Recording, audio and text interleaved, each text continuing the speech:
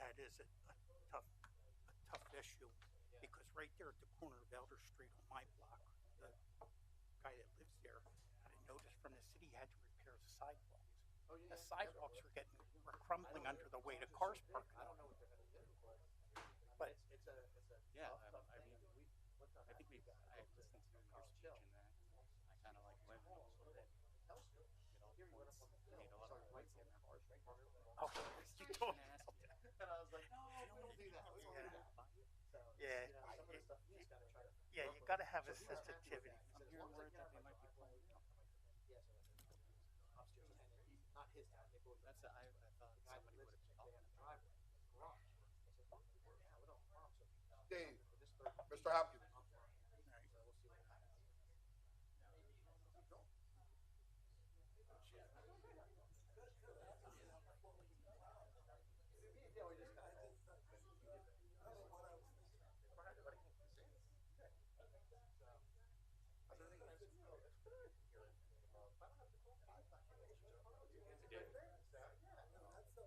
But I didn't know if and this is complete. I don't have any.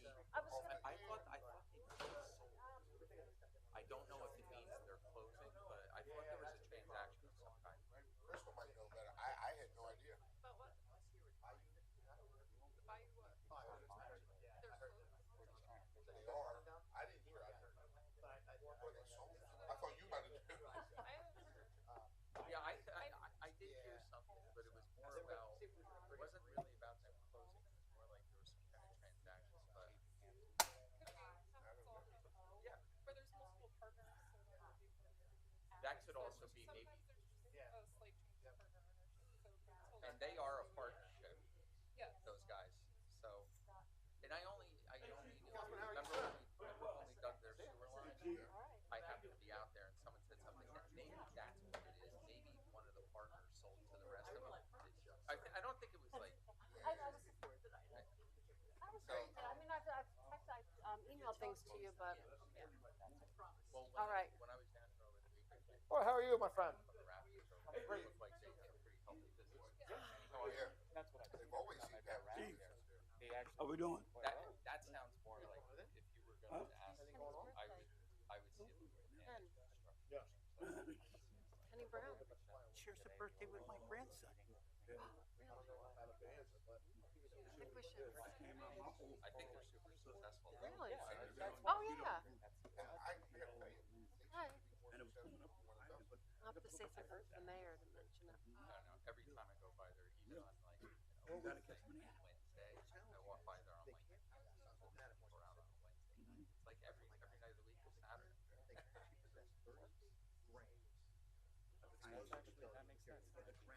All right, what am I doing here? Don't need to worry about this for a little bit. Yeah, I didn't know. This. I had the same thought too. It's like every time I pass Ready. that place. If I see somebody carrying a I'm ready. Yeah.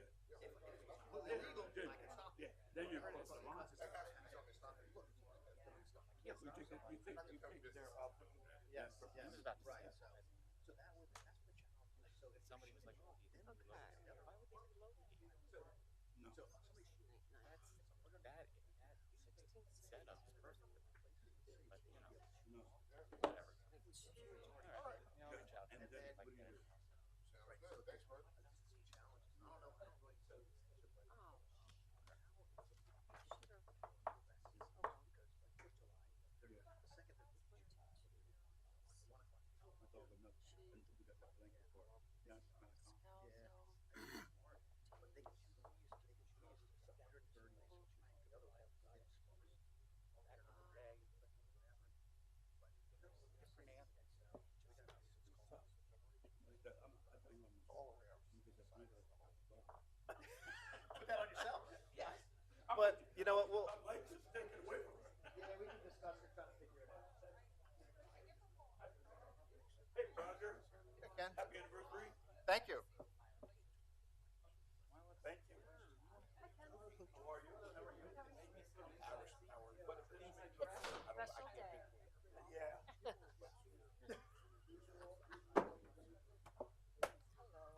Hey, Oh, yeah.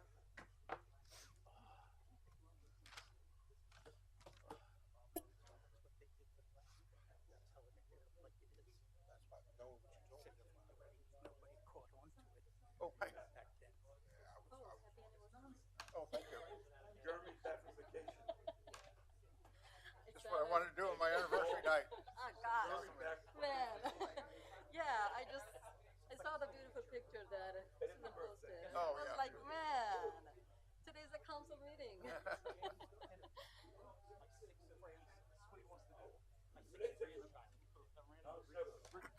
He's related to my son. Oh, wow. What a I'm small not world. related to him. Hey, These are Louis, related by love. He's not Rich lucky. Zager is dead. I love. Who? Rich Zager. You know Rich? Sure. Yeah. Yeah. He told me he was What are you going to do when you get out of here? Go to bed? Thank you. I have Good job. 6-year-old. These are arrows. He's sitting on top of that. 6-year-old until mom took him to the hospital. Oh, boy. Did she have a natural birth? Yeah. How about that? Well, She'll be out what's in going to retire? Dudes, because she lived Retired last night.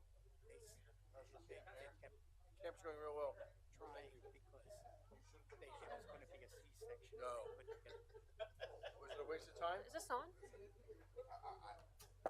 I know. I really wanted to. I know. This call the state session of City Council order. Please rise for the invocation, followed by the pledge of flag. Heavenly Father, tonight we ask that you give this council the wisdom to make the proper decisions to keep our city on the right path moving forward for all of our residents. Also, we ask that you watch over the participants in the Mayor's Summer Youth Camp so that you guide them and keep them engaged in local government. Amen. I pledge allegiance to the flag of the United States of America and to the republic for which it stands, one nation, under God, indivisible, with liberty and justice for all. Roll call, Madam Clerk.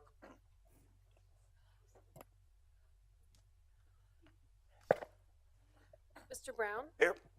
Mr. Ettinger? Here. Mr. Pinnabone? Here. Mrs. Rose? Here. Dr. Ruggles? Oh, here. Ms. Sultana? Here. Mayor Panto? Here. Approval of the agenda. Move to approve. Second. Moved in second. Any discussions, additions, or deletions? Roll call, Madam Clerk. Mr. Ettinger? Aye. Mr. Pinnabone? Aye. Mrs. Rose? Aye. Dr. Ruggles? Aye. Ms. Sultana? Aye. Mayor Panto?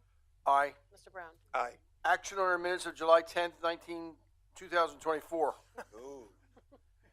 I'm not going back there. I move to approve. Any additions, deletions, or corrections? Madam Clerk, roll call. Mr. Pinnabone? Aye. Mrs. Rose? Aye. Dr. Ruggles? Aye. Ms. Sultana? Aye.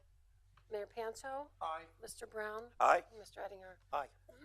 At this time, we're going to swear in our promotion of our firefighters to lieutenant. Mr. Light, come up, please. And I want to thank all the other firefighters for being here this evening. Appreciate your showing support, and please be safe.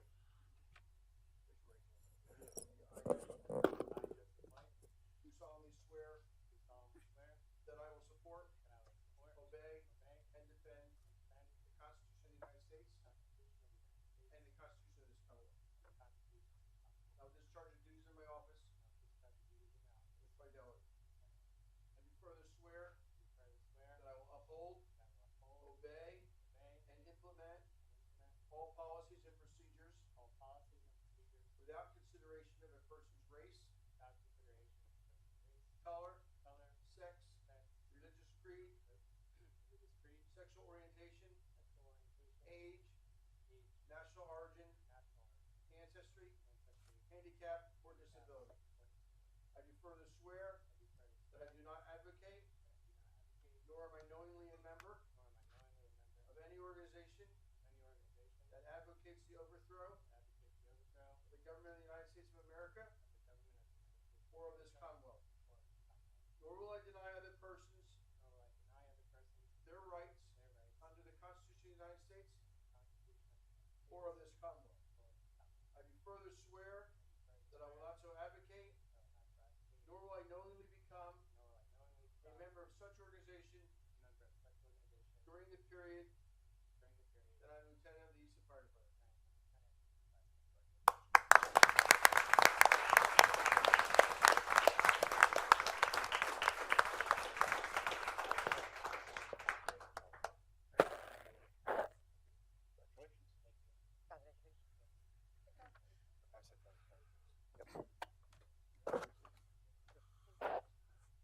Joe, you already know that you've been a member of one of the finest professional firefighters or departments in the city, in this country. And I want to thank the family members who may be here because you give up your son or daughter or husband, not daughter, but son or husband, to protect our residents and keep them safe. And I really appreciate it. I know I don't say that enough to our firefighters, but they do a great job. Chief? I have a little bio here, and just so you're aware, Joe's identical twin brothers in the back. I saw that. He has a beard though, so it's easy to tell them apart. So for Joe, he started his career here in Easton in 2016 after serving as a volunteer firefighter at the Nancy Rum Fire Company in Bethlehem Township. He also served our country in the United States Marine Corps, attaining the rank of sergeant, which provided him a solid leadership platform. His educational background includes graduating from the Allentown Fire Academy in 2016. He's currently certified as an EMT, Firefighter 1 and 2, Fire Officer 1, Fire Instructor 1, Fire Inspector 1 and 2. Joe has stepped up in the past to work in the acting lieutenant program and has provided us with great input and stability in our officers' ranks. Joe is currently assigned to the 2nd Platoon, and pardon the puns, he was our initial incident commander at the fire on Lehigh Street on July 5th. So I'm not making light of the incident. He was actually tested by fire his first night. That was your second, right? Second fire. So we look forward to working with Joe in his new role as the lieutenant. Yeah, I just might explain for the rest of the public. Mr. Light was sworn in earlier. We do it in my office, and so he was able to be lieutenant for that fire, and we're glad that he was there because we were able to provide a fire that did not cause any injury or death, and that is always a good sign. Thank you, Chief. Thank you. At this time, we have our presentation by the Mayor's Summer Youth Camp. Grace, let's call you up first. They're going to make a presentation to City Council of what they would do if they were a council member.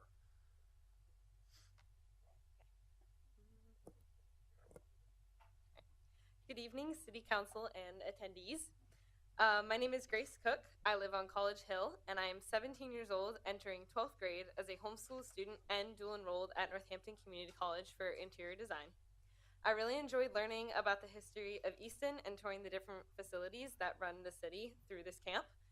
I didn't exactly love the wastewater plant, but that was definitely something. It's definitely something that is important and helps keep our city clean. If I could change something in Easton, it would be adding more solar panels to the roofs of parking garages and just parking lots in general. It would provide protection for both the cars and people from weather like snow and rain. It would also provide energy for the parking garages and the city overall. Thank you. Grace, come on up. Thank you, Grace. Come on up, Grace. Suggestion. Huh? Is your certificate?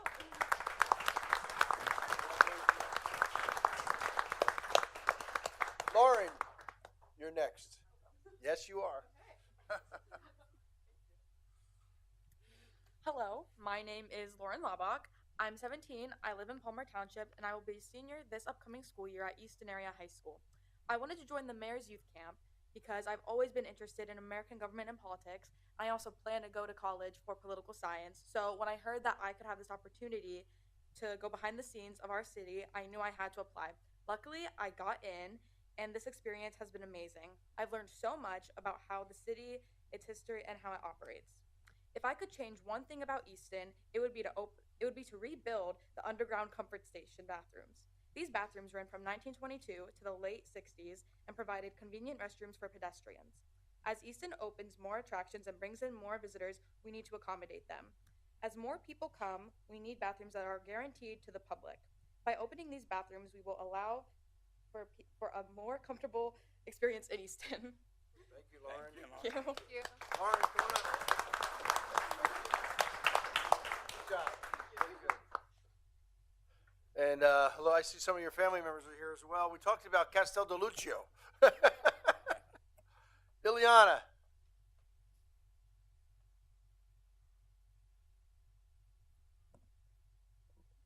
Hello, everyone. My name is Ileana Maldonado Castillo. I'm 16, a rising junior at Easton Area High School. I also live on Lion Street Southside. I joined the mayor's camp through the FE program as I'm interested in law and plan to become an immigration lawyer, and this program was a perfect match for me. After what I've enjoyed about the camp is learning about how much Easton has changed throughout the years and how much it looks better, honestly, now than it did before, and I didn't realize that until the mayor had showed us through a presentation earlier this week. As for what I didn't like was also the sewage plantation. It didn't smell that great. But if I could change something about Easton, I would make an ordinance regarding fireworks. As all of you know, fireworks are very nice and they're enjoyable during the right time and setting, but they're very annoying like after like a certain amount of time. Like 2 weeks after 4th of July is kind of ridiculous. Regarding that, my ordinance would be fireworks may only be used between the hours of 6 p.m. to 11 p.m. on permitted holidays. Thank you. Thank you, Ileana.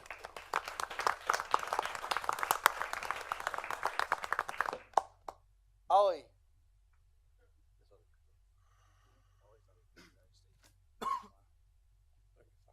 Hi, I'm Ali. I'm 16 years old. I live in Switzerland, so technically gonna be a junior, but yeah. So I joined the mayor's camp through my aunt, actually, which is also in the crowd. She is involved in the council, and yeah, she likes the city as well. So what I liked about the camp was everything, and I really like to enjoy the city itself, like learning about it, learning about the history. What I didn't like was, as everyone else said, the sewage plant, which was, it was good to look at, but it didn't smell great. So what would I change if I would be able to do something? It would be adding more modes of like alternative modes of transportation, like bikes, buses, or like more buses, more bikes, and yeah. So with the bus routes, I would see like more frequent bus like times. So every, let's say, half hour instead of hour. Better bus routes. What's the duration in between duration of a bus in Switzerland? So usually every 3 minutes. There's one, and you can go through the city with those. So yeah. So yeah, that would be nice if you could like have a bus that goes through different parts of the town frequently. And what I talked, like when I said about bikes and stuff before, that would also be nice, like a bike sharing, like Lime. I'm assuming most of you know Lime. Just you hop on the bike, push a button, go a couple blocks, leave it, go to your store, and then do whatever. Just so you have easier access in the city without using a car for a 2-minute ride.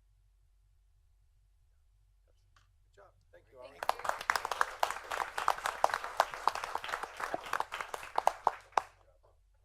DJ.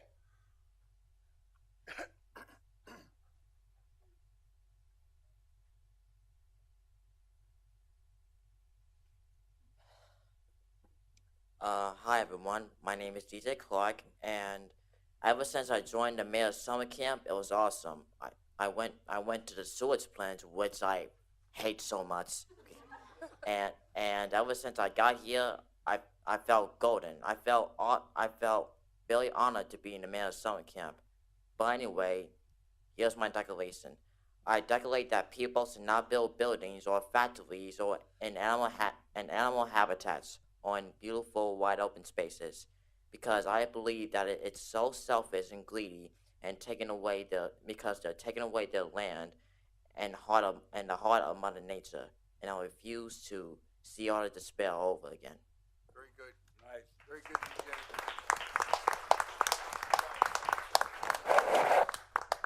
We talked a lot about zoning issues, and in Europe, where Ali comes from, we talked about how the cities there grow up instead of out, and the countryside is still rural and agrarian, and we are in America, everybody wants their piece of the earth.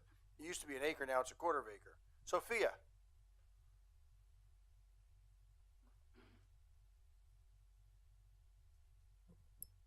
Good evening, City Council and other attendees. My name is Sophia Fernandez. I am a rising junior at Easton Area High School, and I live in Southside. Like Ileana, I am also a member of the Mayor's Summer Youth Camp through the FE or the FAE program. I really appreciate having been given the opportunity to better know Easton and the inner workings of the city because I am interested in politics and the legal system. While brainstorming ordinances, I realized I mostly had qualms with the school system, as most students do, but that is sadly a separate entity.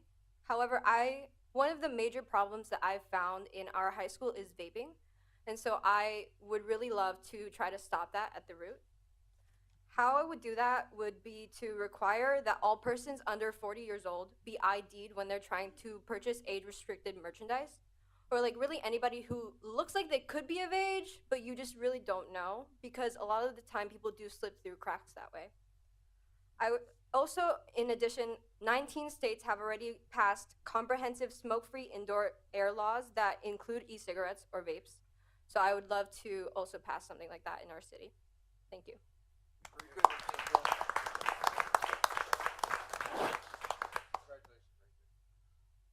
No vaping.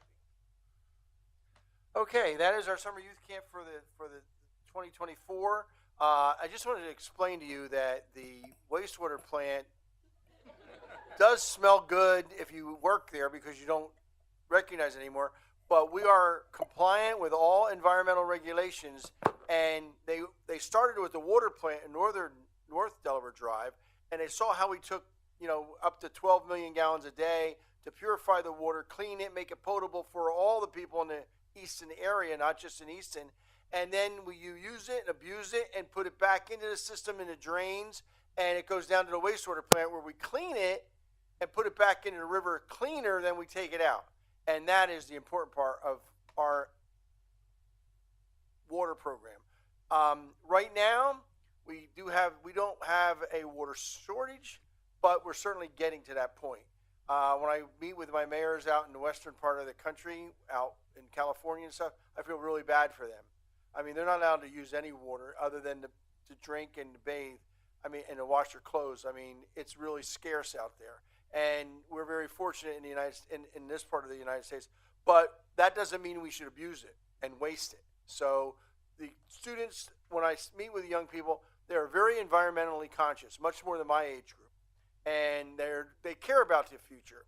We talked about global warming. We talked about change in the climate, the intensity of the storms and the frequency of the storms. We talked about those types of things. And they were very intelligent and came up with some great ideas. So thank you all. I learned from them as much as they learned from me. Okay, public comment. At this point of our meeting, we're at public comment on agenda items only. Anybody in the audience would like to address City Council on agenda items? Seeing none, we'll move on to... Oh, go ahead, Anthony. Paul. What other? So before I start, Excuse me, may I have your name and your address, please? Oh, sure. Paul Anthony, 1967 Mark Twain Circle. That's in Bethlehem, PA. Okay, so you can indulge me for a minute. Absolutely. I'm an electrician by trade, and Grace had me when she said she was solar panels on the parking garages. That's awesome. Thank you. But we also talked about sewer plants and the water plants. And myself and a lot of the other tradespeople here, that's the kind of work that we do. It's a vital service that the city provides. I worked in a sewer plant, did some electrical work there. I'm glad I have an office job now. But it's a great training ground for apprentices and journeymen. And on tonight's agenda is the project labor agreement along with the resolution. And that provides great training for our members. It also gives you a qualified workforce, right, that is trained, safe, and productive on these projects. The PLA right now is a $750,000 on any project over $750,000 total. And I'm in full support of that. So I thank you for considering that, and I thank the rest of the trades for being here also in support. Well, Paul, we're really appreciative of your efforts, and we certainly are a council that supports the unions.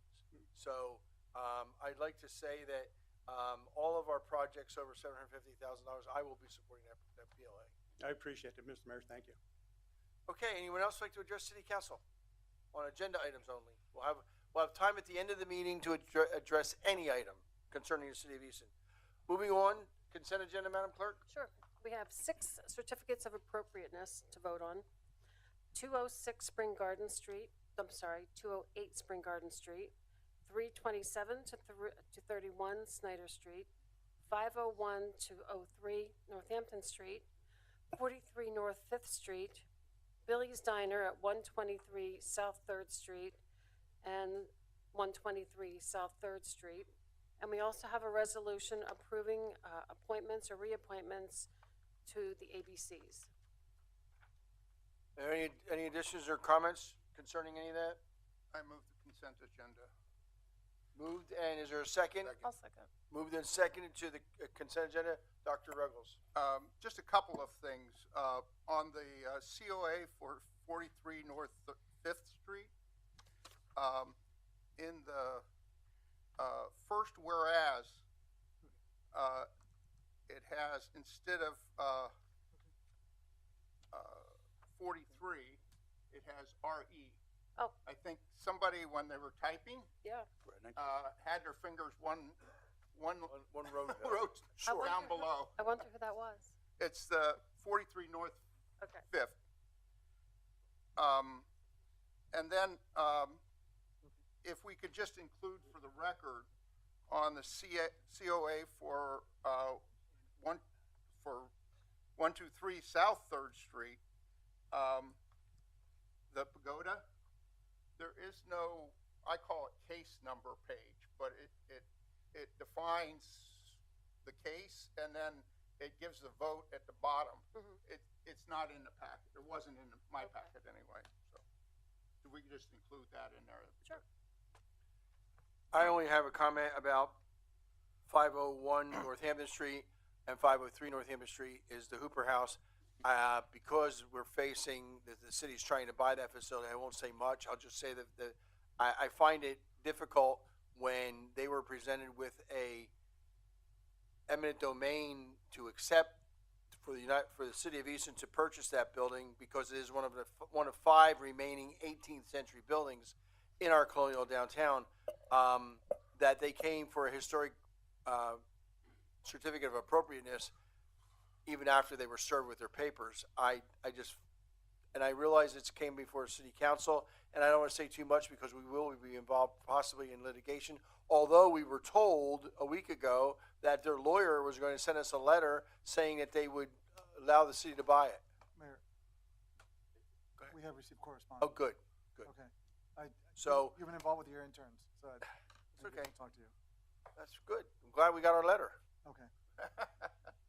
So I just wanted to put that on the record that I believe that it should be harmonious in our efforts. We're trying to clean up a blighted property that has been blighted for the last 50 years and is very historic.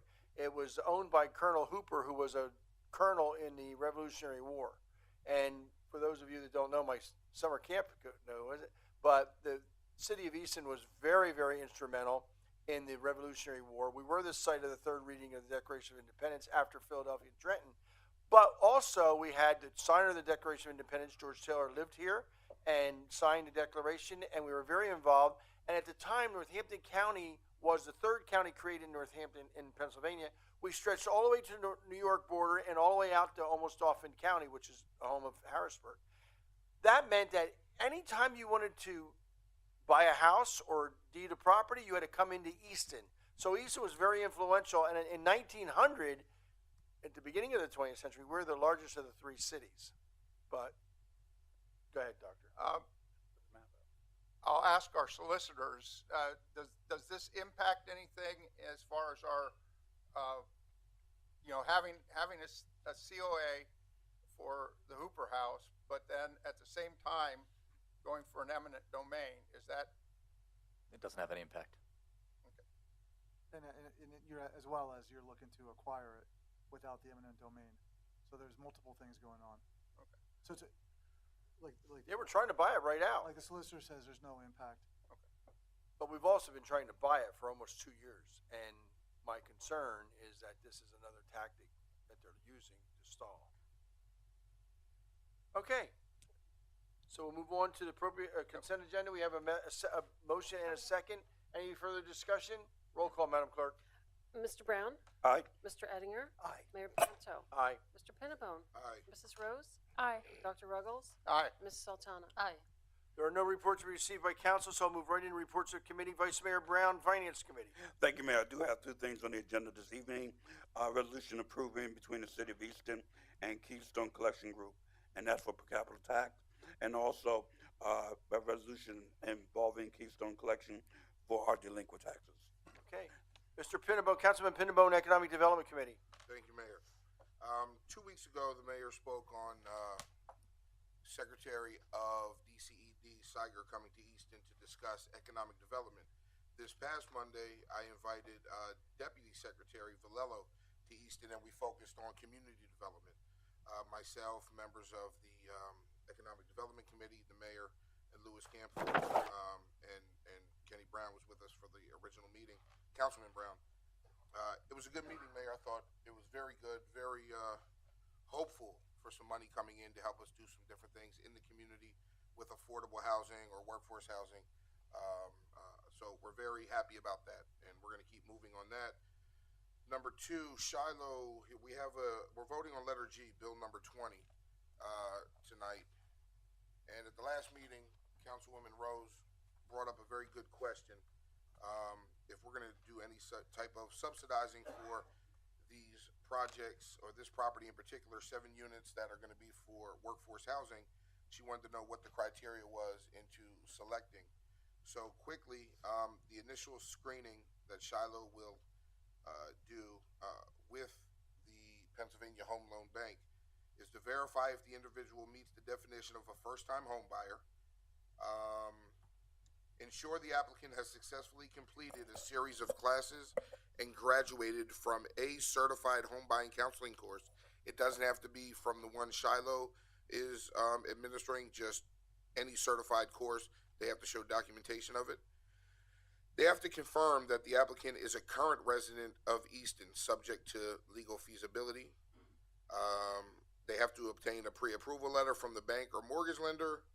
Ensure the applicant income falls within the HUD established income limits for the area. Ensure the applicant understands and agrees to the affordability terms of the program.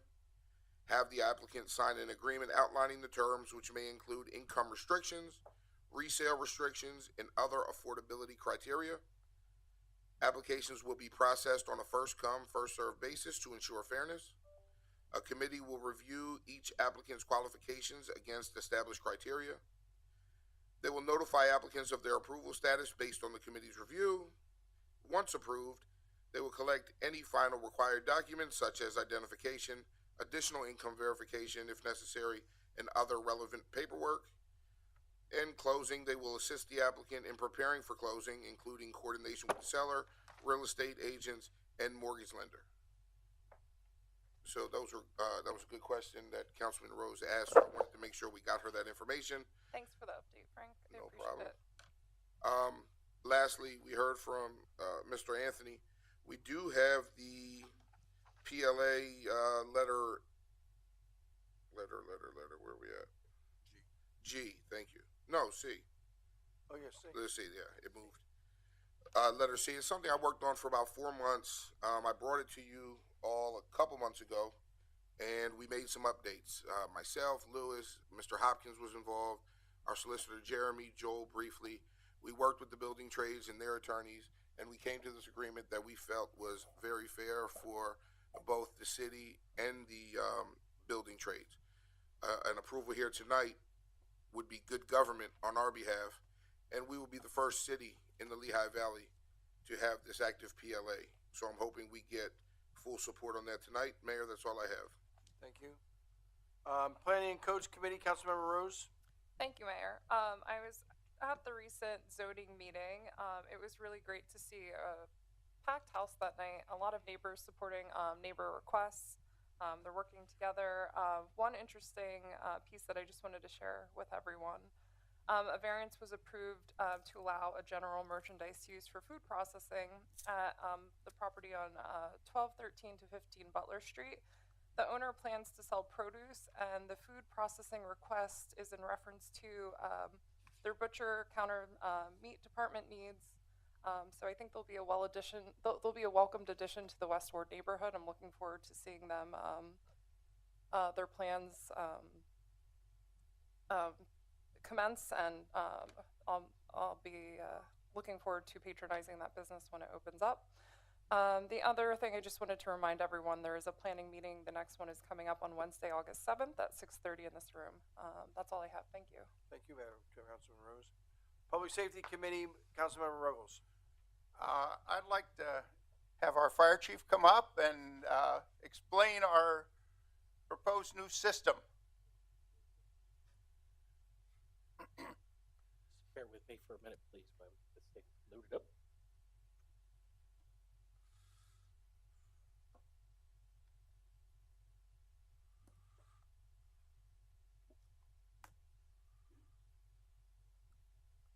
You gotta push your dongle. Should be on the side of your computer. There you go. There we go. Okay, so we'll start out with the PowerPoint.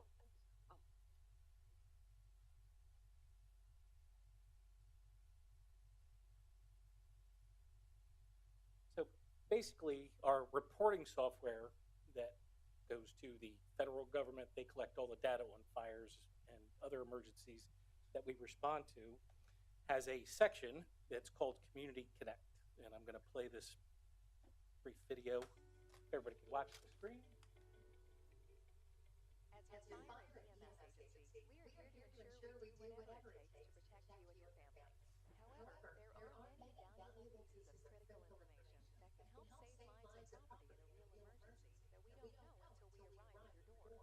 Things like how many occupants to expect at your home, if anyone has access or functional needs, or speaks another language, whether or not you have pets or livestock, structural details like where the bedrooms are, or even where hazardous materials may be located. But now, with Community Connect, you have the power to keep us informed of nearly everything that matters, so we can better serve you when emergency strikes. Community Connect is a safe and secure online program available at no cost to all residents that allows you to provide us with critical property and occupants information that we can access at the time of response, leading to better outcomes in case of fire or medical emergency. So, what are some examples of the kind of information you can contribute? First, your family members. Who lives at your residence and how to get in touch during an emergency. Next, your property. Things like where your family's bedrooms are located, your gate and door codes, if you have a pool or basement, how to shut off water and electricity, and even where your family's emergency meeting place is located. Your needs. Details regarding functional needs like mobility, Alzheimer's, autism, severe allergies, visual or hearing impairments, and more. And last but not least, your pets. Their picture, their names, their habits, and even their veterinary information. So no matter what happens, your furry family members are always known about and taken care of. Signing up is easy. From any internet-connected device, it just takes a phone number, email, and an address. Rest assured, all of your data is safe and only available to our first responders during the time of response, using the same data security and encryption standards found in online banking.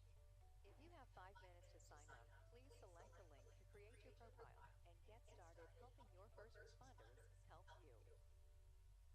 Chief, quick question. Yes.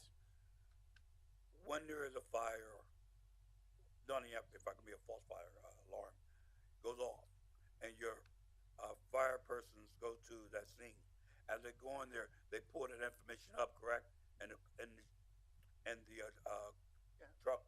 Yes. So this is firefighter Ian Inslee. He's our internal IT person. We have iPads on all our responding vehicles, and we're going to do a demonstration a little bit, and you'll see exactly what we see once we start our response.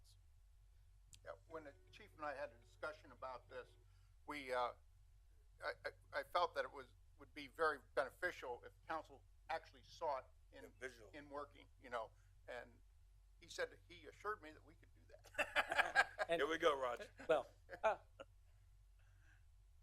I'm going to walk you through it. He's actually going to do it. So, again, this is for any property within the city of Easton, business owner and or resident. That includes rental properties as well. So, Community Connect is basically what you just saw with the video. So this is the dashboards that we have in our station. This is one of our our newest upgrades. So we have these in the stations. There's one on apparatus floor in each station, and then one in the general area. So if a call comes in and the address will populate, this will come up on the screens in the station. So if you're transitioning from inside to the vehicle and you don't hear whatever updates are coming across the radio, you can look at the screen and it's going to tell you your address. And if you see the blue line, that is the route of travel, and the red dot is your destination. So these tiles are what you're going to see come up when Ian does the test in a minute. And then each one of those tiles has information that pertains to that specific address. And this is reviewable on the way to the fire. Yes, so that all that information is going to come up on our iPad, and when he runs the test, we're going to switch to the iPad so you can see what we see real time on our iPads. So this is basically just the firehouse aerial view. Again, the tiles that you're going to see, that we're going to see, not you guys see. So, are you ready?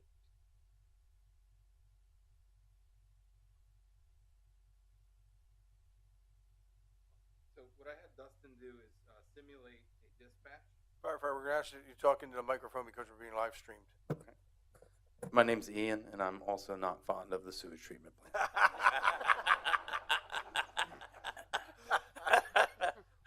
So what you see on our screens now, this is the dashboard that is in every one of our capital pieces of apparatus. So every engine in the city, the command car, the ladder truck, every one of them has a matching display that looks just like this. So what you're looking at, if you look at the top one with the red line where it says fire alarm simulated, do not respond. That's what I had Dustin just push through right now. So these are this is a list of incidents that have happened within the last 24 hours. So what we would do is when we would get in the vehicle, the passenger, obviously this is not on the driver's side, the passenger in the vehicle can open up the incident. And right there it takes you right on the map to the dispatched address, or at least very close to it. So then what the person can do is there's a number of buttons here. So I would hit dashboard. All right. So like the chief showed you in the screen before, there's a number of little icons here where I'm moving around. So this is the information that when the residents, the building owners, when they go through Community Connect and they enter this information, it shows up as these quick reference tiles for us. So in this one, we have the gas shutoff, which when you look at the map view, if you look right here, that is the location of the gas shutoff on the Harlan House. That is the exact place. So if I'm riding in the engine on my way to a fire alarm or a reported fire in this building, obviously some of the bigger buildings we go to more frequently, we're more familiar with. Some of the residences, in the West Ward, we may not know where all these assets are in the building, and this can save us critical time. So again, this is our view, what we're seeing in the vehicle as we're responding. Additionally, there will be, which we're not going to go through it here because at times there is sensitive information, but there is also down here under incident details, it lists out specific information about that incident.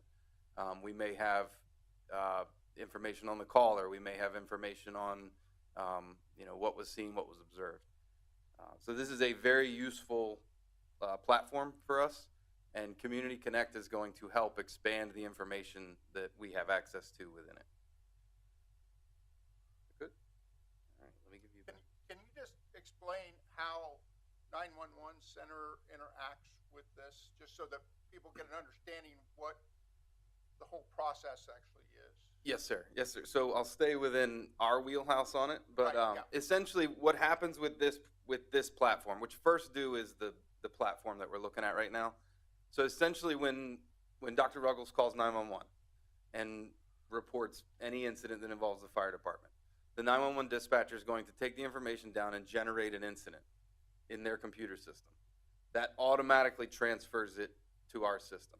As soon as we are dispatched, the picture that the chief showed of the board in the station where it had this address, that comes up on the boards in our station, and the information comes up on our tablets in the truck. And as that, which again, this one is simulated, so there's not going to be an update. But as we're going, the little green refresh button, we can hit that. It has an automatic refresh timer, but you can hit that and it'll real-time update. So as we're responding and the dispatcher is taking more information, maybe taking additional calls, things like that, that all gets updated real-time, and we have access to that in the vehicle on the way, which historically, a lot of times we would get the information they had at the time they dispatched us, and then we would pull up and figure out what it was. So it's very valuable, especially, I mean, we don't have really long response times here in the city. It's, you know, if you're going from one side of the city to the other, we get there pretty quick. Right. But there is time to go through those notes to look at the information. But it is instantaneous from the dispatch center. These are lifesavers. Absolutely. So as an example, if you called and reported that you smell smoke in your house, we're on the way. You call back 2 minutes later, I actually have flames. We're going to know that. And then we can advise if we need other units to respond, get here now. So at this point, it's just open for questions. If anybody has any questions. Any questions for the fire chief or the firefighter about Community Connect? Chief. Yes, I'm sorry. No, you can. Who is Community Connect? Who owns the company? Who operates it? It's on the private side. And how do they have access to the information? it's First Due is the company that we use. They are reporting software. Like I said, all fire departments have to report to the database. The system itself, like they said in the video, has the security encryption of banking. So for us, the only way we see that information is if we're dispatched to a call at that address.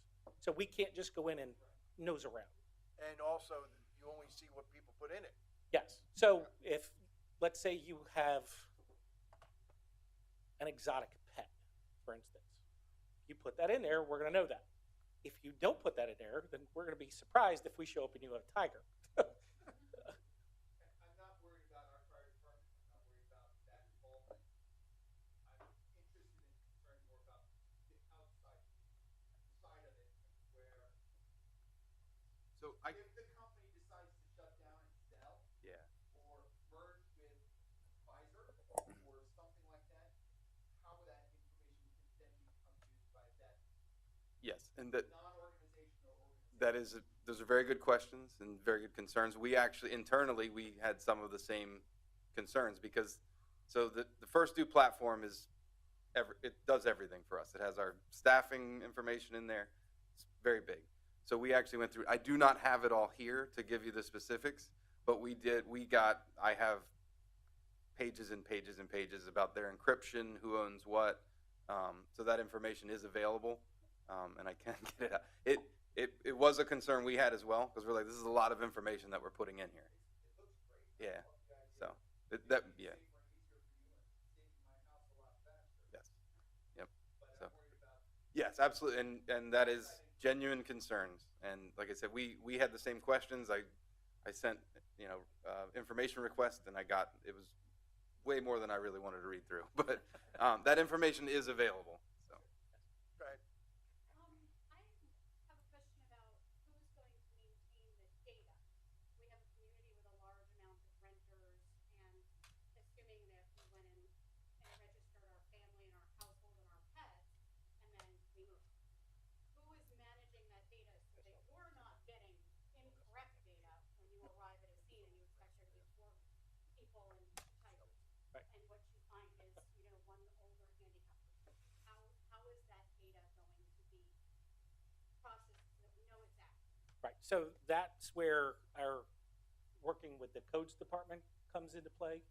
So they have the tax information on all the buildings, and they keep all those lists up to date. So, So you have access to that data with or without our permission? we don't have access to codes, but they can tell us if someone has moved. And then whoever the next person is at that address can log in and do their. Is that data that's generally shared with the fire department Uh, under normal circumstances? Not generally, no. No. And internally for us, essentially what we get on a non-emergent basis with this information is we have a list of essentially users, and we can see the date it was last updated. So we could go through, we say, okay, this hasn't been updated this year. We can push from our end, we can push a reminder email out to the resident to say, hey, can you verify this information? If we don't get a response to that, that's when we would go through, one of the other avenues with the city. Is this still legitimate? And then we can flag that information as, potentially inaccurate if it's been a lengthy period of time. Any other questions? Thank you, Chief. You're welcome. Ian, go ahead, Dr. Marcos. Chief Scalzo, did you want to update on fireworks or? I don't really have an update. I thought we could address. I know Okay.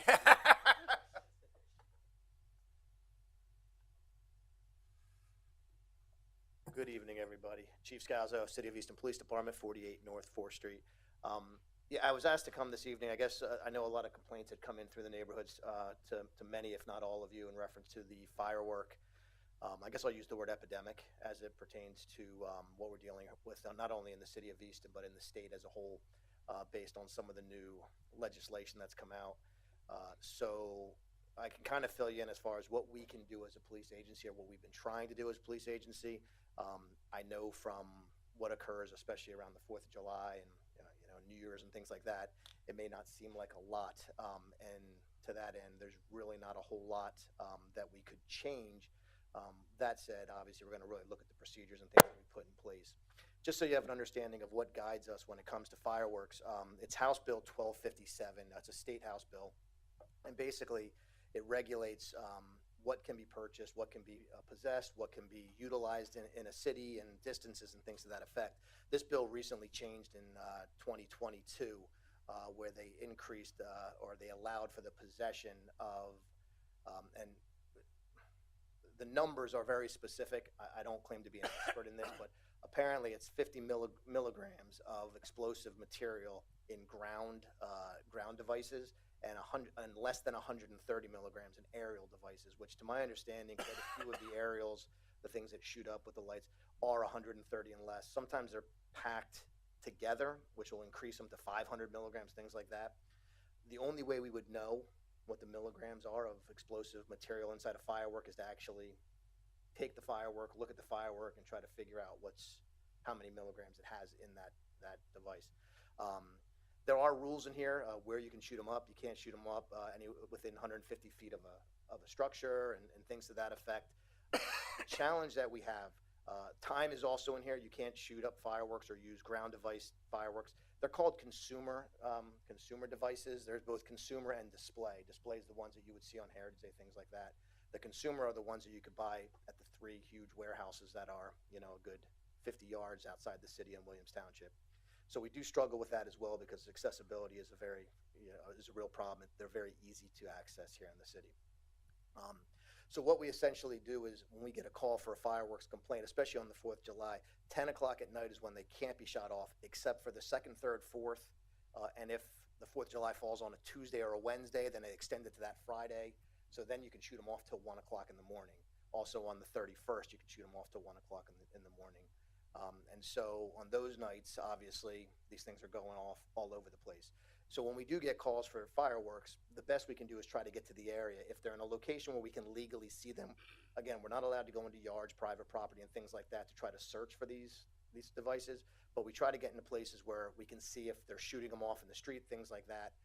And then if we do catch somebody that does that, then we can issue a summary citation for that violation, and there's fines and things like that go along with it for first and second offenses. That's the extent of the violations that we can do. There is greater fines if someone's shooting off display fireworks, which are those larger ones. but typically what we see are just the ones that you can buy up at the warehouses.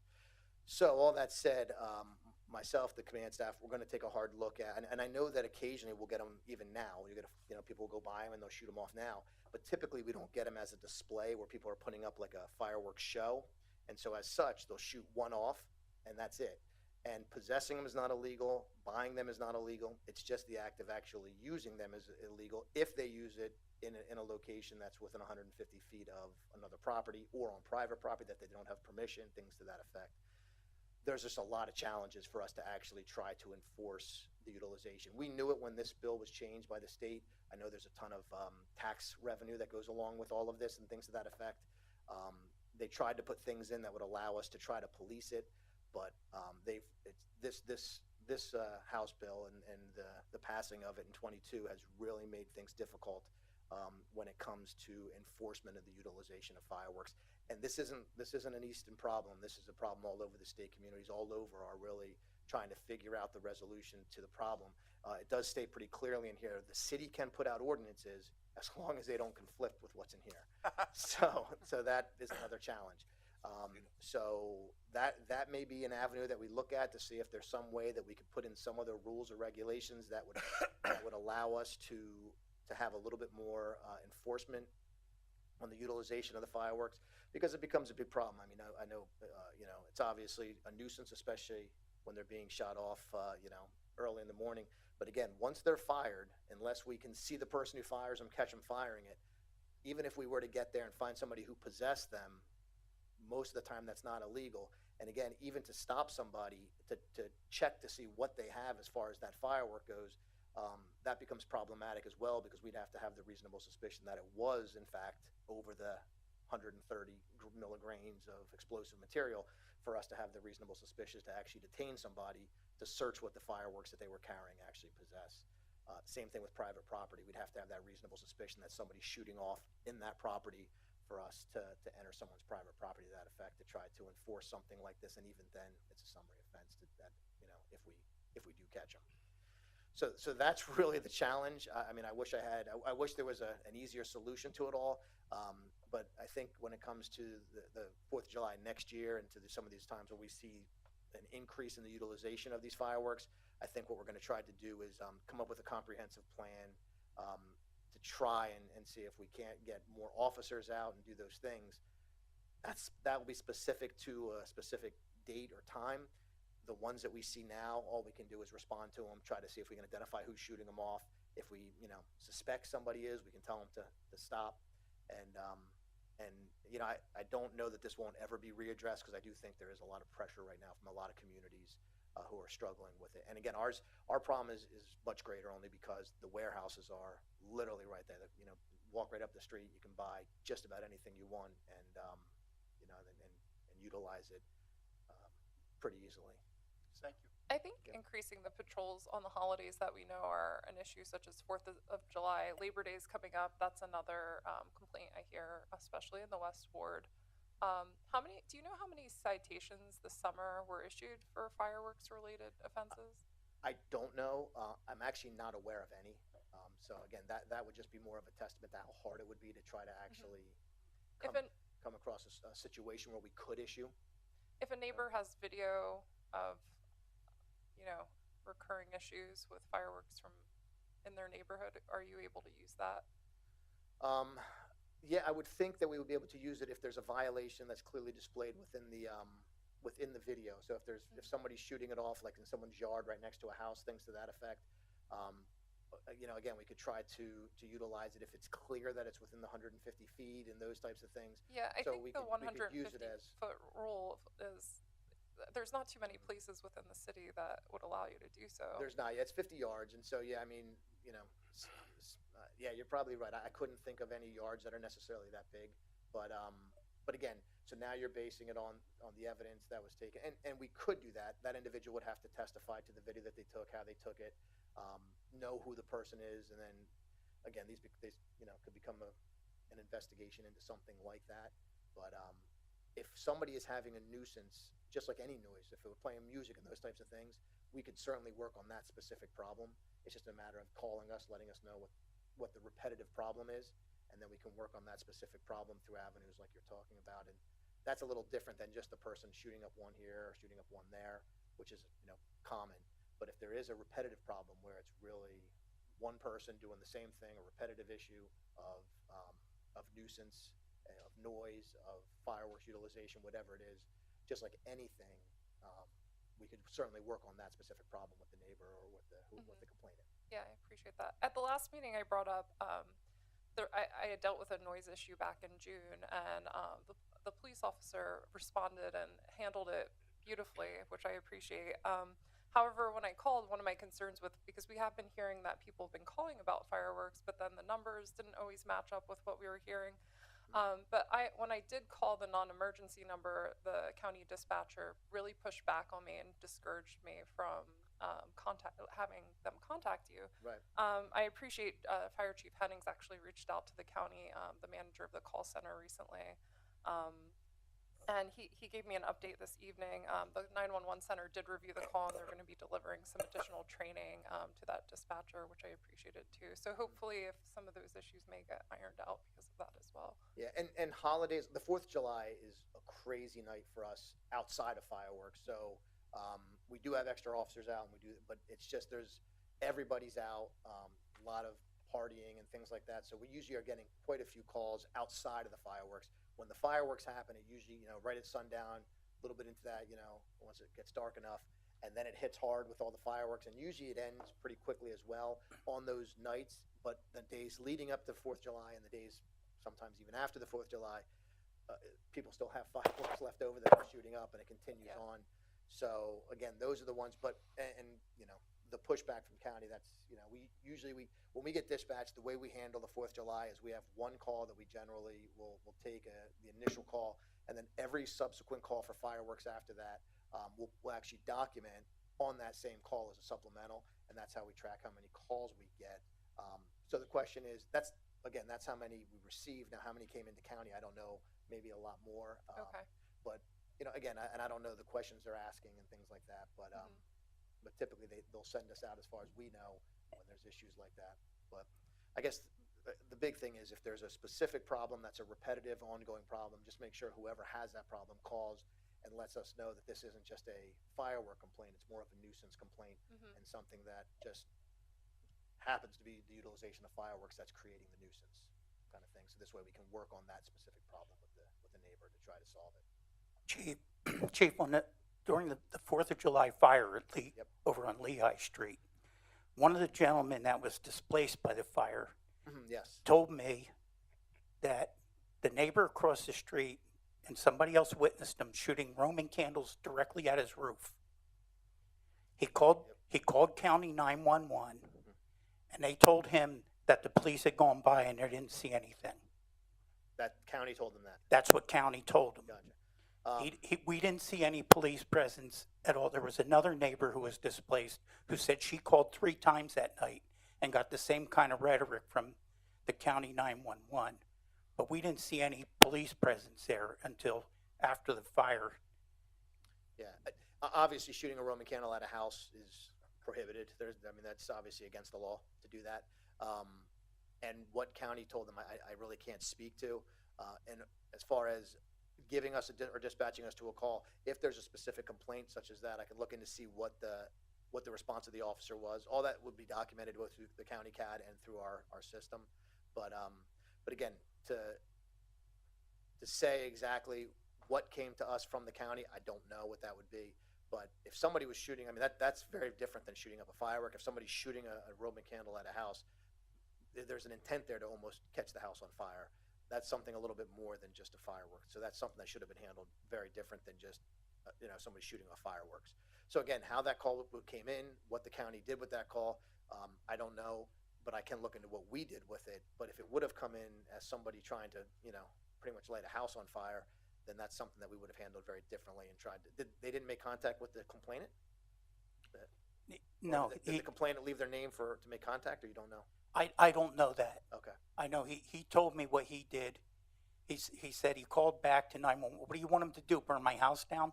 Yeah. And still, they said, that officers had gone by and they didn't see anything.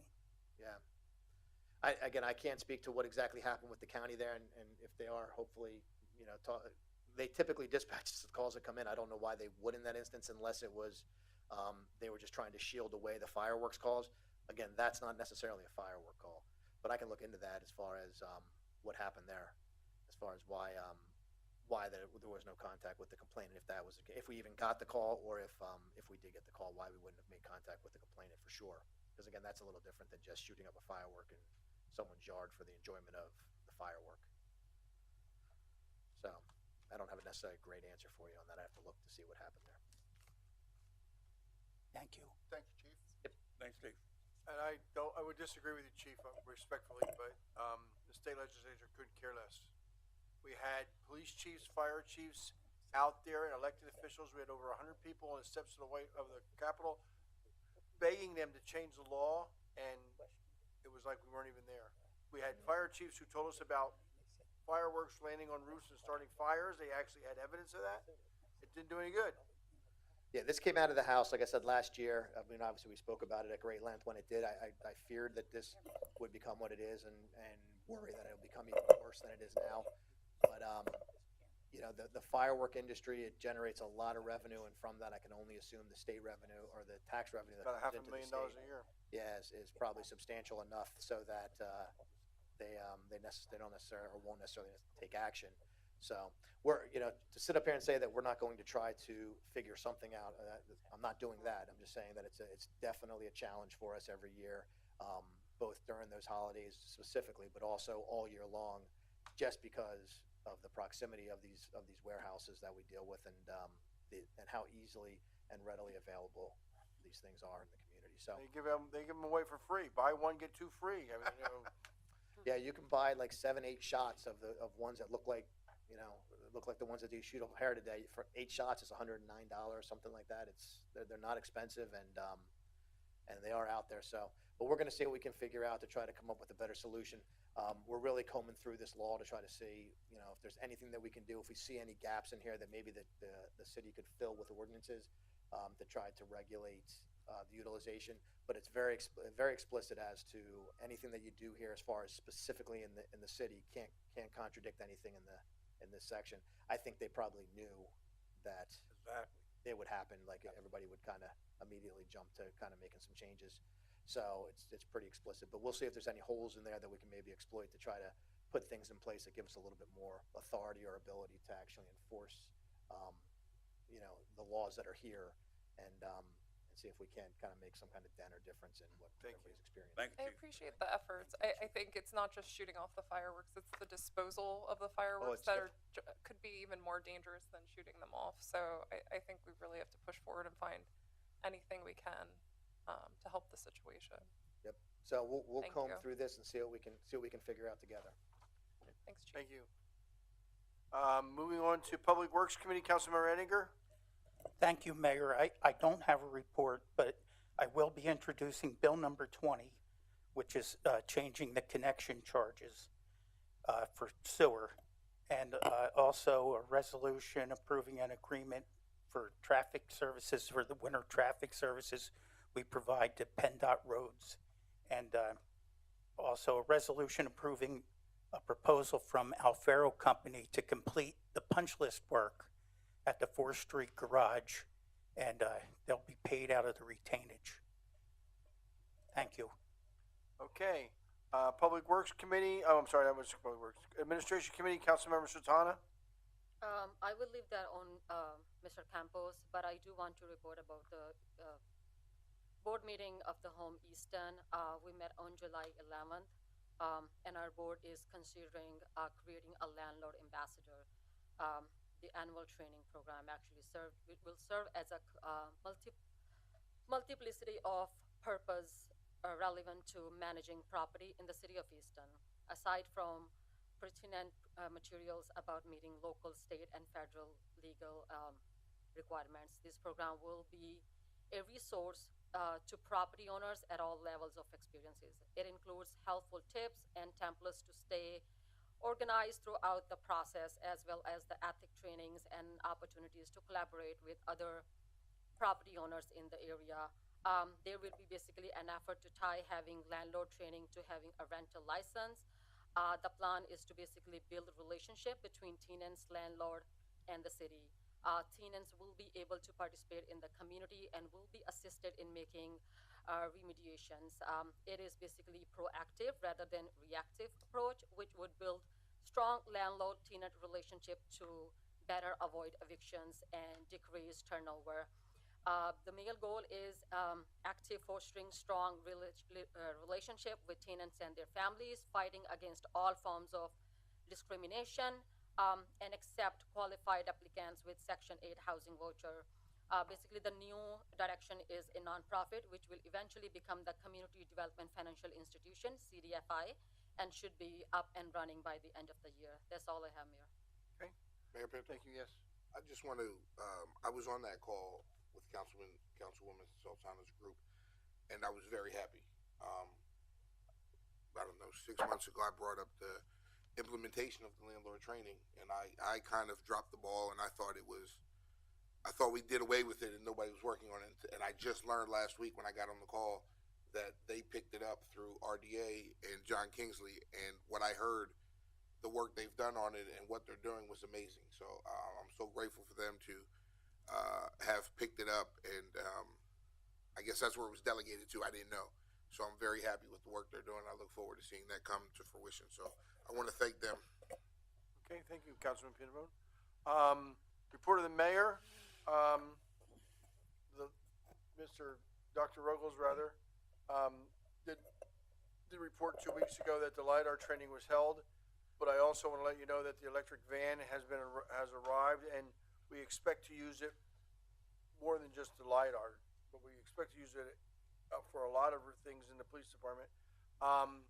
The evidence building, which is down at the 500 garage now, we think we found a location which is out of the floodplain, but also in a remote site that we wouldn't use. But Easton has a quarry. We got that quarry when we traded Eddie's side and the quarry for the state park up in Bath. I mean, we gave up, I don't know why the city did that, but I don't know how the city ended up owning Jacobsburg Park, but they traded Jacobsburg Park for Eddie's side and this quarry. This quarry has Eastonite mineral in it, and the Eastonite is only found at that quarry. So we want to move the, we want to. Very valuable. It's very, yeah, very valuable. I had a piece of it in my office. I think somebody took it because I thought it was valuable. But hopefully we'll get a grant. We're looking for a grant for the evidence building, and as soon as we get the grant, we'll start construction. Also, we continue to have problems at Bushkill Creek.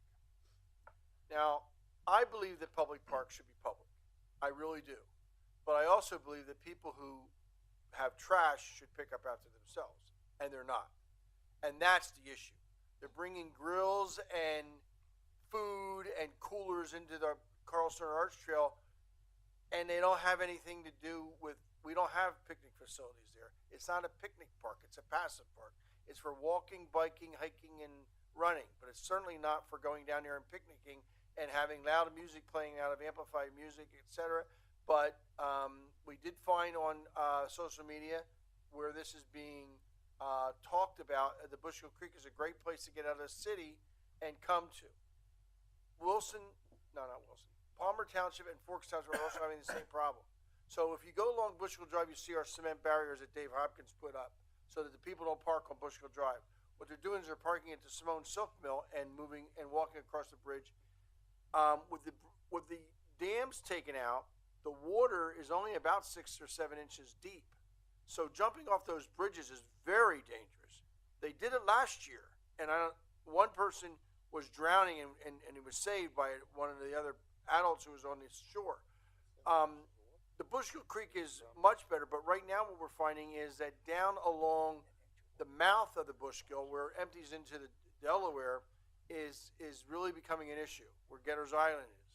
And the neighbors there are starting to complain about the loud music and the noise and everything. And 2 weeks ago, I think it was Dave, you were telling me that it took 4 hours or 8 hours for the whole Parks Department to clean up over 2 dump trucks full of garbage.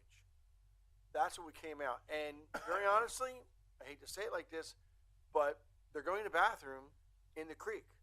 And we certainly don't want that. I mean, if you didn't know that Bushkill Creek is one of the top 5 natural trout producing streams in the United States. We have fishermen coming from all over the country just to fish in our creek. And it certainly won't stay that way if there's fecal matter in here. So our police department is working overtime. We have police officers on and they're going in there and they're having a very bad language barrier. Most of the people don't speak English. So they are having a language barrier and they're looking. We have a couple of our police officers who are bilingual and we're putting them on overtime. But I just wanted to bring that up, that it is a really problem. Now, the other issue that came up this week was passenger rail. Oh my gosh, we're all very happy about passenger rail. And we all want passenger rail. The problem is that passenger rail, I want passenger rail in Easton. I want to get there. But I don't want to take 2 hours to get from Easton to New York City. It's an hour and a half by bus. Why would I take 2 hours to go by train? The problem is, in this country, unlike Europe, we allowed the railroad industry to abuse their system for the last 50 years and not reinvest in it. They've just been taking the profits and not reinvesting. Our track is rated at 25 miles an hour. And we have a lot of freight that goes through this valley. We had 2 train derailments in the last 2 months. And we're very fortunate it hasn't been severely hazardous materials, which does go through our valley. But we need to do something along we had Senator Casey's people in here, and we went over and looked at the railroad station. About 10 years ago, I was able to paint it and put decorative lighting up and murals and make it look a little bit better as an entrance to Southside. Well, actually, it was under the auspices of Dave Hopkins. We tried to get Norfolk Southern to approve us going on their property. The only thing they gave us was a letter, and I wish I still had it. I probably threw it away because I was so mad at them. But we got a letter from them saying that we won't charge you with trespassing. It was a $25,000 grant. Dave, you remember that? Yeah. It's, I'm not lying, but we had Senator Casey's team in here to look at and try to connect with Norfolk because I'm concerned about the railroad trestle. The concrete is falling off. It's just falling off, and you got 20,000-ton locomotives going across there and trains going across that bridge, and it's a wearing and tearing on that trestle. And I'm just concerned for the safety of the people motoring public who go under that trestle every day. I do it at least twice a day myself. And the walkers. And so we're looking, and we're going to put some pressure, but unfortunately, Norfolk doesn't answer anybody. Norfolk Southern doesn't answer to anyone. They just do what they want. And the railroad industry, we all have a romanticized view of having trains back. I go to Europe at least once a year, and yes, they have a great train system, but they're putting in high-speed trains. They're not putting in 25-mile-an-hour trains. Yeah, putting the bullets in. But the thing of it is this week at the Lehigh Valley Planning Commission, they looked at the rail study, and if you read, I have the rail study and I read it. I mean, you're talking hundreds of thousands of dollars of capital improvements for each route. So if you want to go from here to Jersey or here to New York, it's like $550,000. If you want to go from Bethlehem to Philadelphia, it's like $600,000. That's not counting the operating deficit. The operating deficit is hundreds of thousands of dollars a year, and they expect the government to pay it. And all we're saying is that Easton supports passenger rail, but we don't support any of our taxpayers going to fund people who have high-paying jobs in New York City. And that's what it comes down to. If you're commuting, then you pay your own way. And they're not going to raise the rates to justify their expense. So it's not that we want passenger rail. I mean, 2 years ago, passenger rail, they had the train service going from Allentown to New York, and we were all down at the Easton passenger station up on the platform and clapping when the train went by. But as a person who's been trying to get passenger rail back in the Lehigh Valley for 30 years, I can assure you that I would love to have passenger rail, but I'm not going to pay $300,000 a year of non-railroad commuters paying taxes because of the people who want to go into New York either for a weekend or for, look, listen, I have a friend who lives in New York City. He grew up in Easton, and he has a very good job. He was the editor and publisher of USA Today. He was the CEO of Associated Press, and he has a condo overlooking Central Park. It's beautiful. And when the last time we were out to dinner in New York, he told me, he says, Sal, he said, I would love to live in Easton, but you got to get me passenger rail. So I would love to have him back in Easton. It's not that I don't want passenger rail. It's that we do want passenger rail, but we don't want to pay for it and subsidize it with governmental subsidies. Now, the other thing is, I know I'm on my sermon and I'm on my horse, but the fact of the matter is, we subsidize cars a lot more than we subsidize rail. Those people who commute to New York are not parking our garages anymore. They're parking out at the park and ride at Route 33 and William Penn Highway, where they park for free. The state spent about $7 million to build that, and they're not getting any money for it. It's free. So where are you going to park? You're going to park in Easton where it's going to cost you $70 a month, or you're going to park where it's cost you free? They drive out to the park and ride. All I'm saying is our priorities have shifted in the United States. The car, automobile, the Fords and the Plymouths and the Chevrolets of the early 20th century were so powerful that they went into New York and went into Congress at Washington D.C. and got whatever they wanted. And we subsidized everything, including gas. Ali is from Switzerland, and we were talking about the price of gas in Easton versus what it is in Zurich, Switzerland. And it's $3.90 a gallon here at the high price, and over there it's over $7 a gallon. So when you think about it, why do people over in Switzerland bike, hike, and walk rather than? And why do they? If they have a car, it's a small car. It gets like 50 miles an hour, 50 miles a gallon. We don't. The bigger, the better for us. We got these big Escalades. We want to drive around. You know, our governmental leaders drive around these big Escalades. Well, what do you mean? How do you drive around something that gets 10 miles to the gallon? So all I want to do is clear the air that although we're in favor of when President Obama tried to get us out of the stimulus in 2008, I happened to be at the White House, and I said to President Obama, I said, "Listen, you're the boss. However, did you ever consider investing all that stimulus money in passenger rail? And everything in that the passenger rail buys has to be made in the United States, from the steel locomotive to the textiles for the uniforms for the men and women that work there." And he says, well, that's a good idea, but it never came about. Instead, we gave it to the states, and the state put asphalt in all the cement, concrete. So if you hadn't owned an asphalt company, you were very, very happy. And cameras. They put traffic cameras up. But the fact of the matter is, we are controlled by corporations, big corporations that really don't care about us.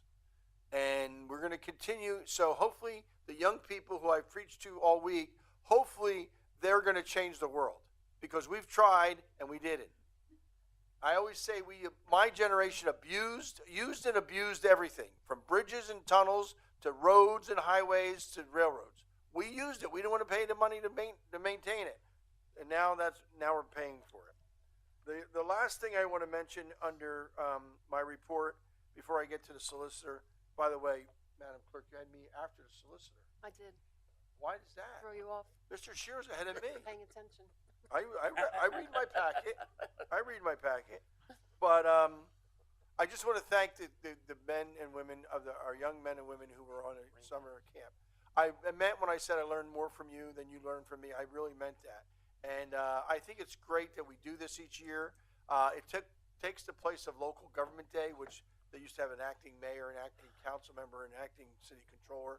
This is where they come in and they just spend the week with my staff and me and some of our directors. And I'm really upset that you didn't like the SOAR plan.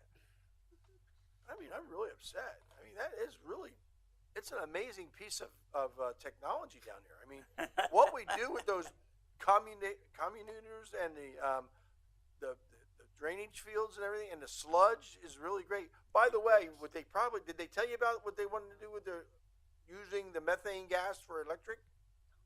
So we will hopefully do that before I'm out of office.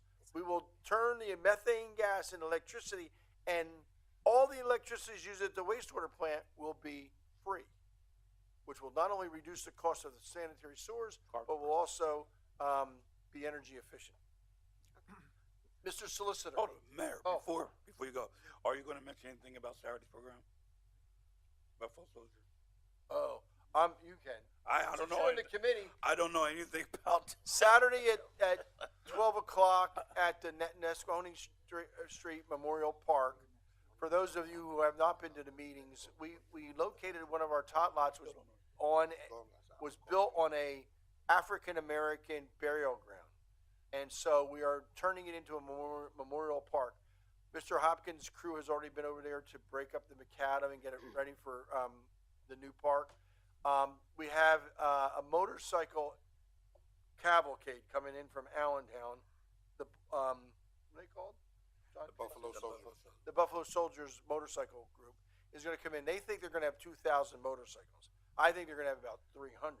But they're going to come down 22, and they're going to come into Easton through Palmer Township. So today we had a meeting with Easton Police and the Palmer Police, and we went over the route and discussed that with them. And at the Street exit. at the 25th Street exit, and they're going to come through. Only 20 motorcycles are going to come through to Southside. The rest are going to park at Shiloh Church and walk up the hill to the Memorial Park. So we'll see what happens, but that's on Saturday. It should be very good. We have two proposals. City Council will decide which one they want.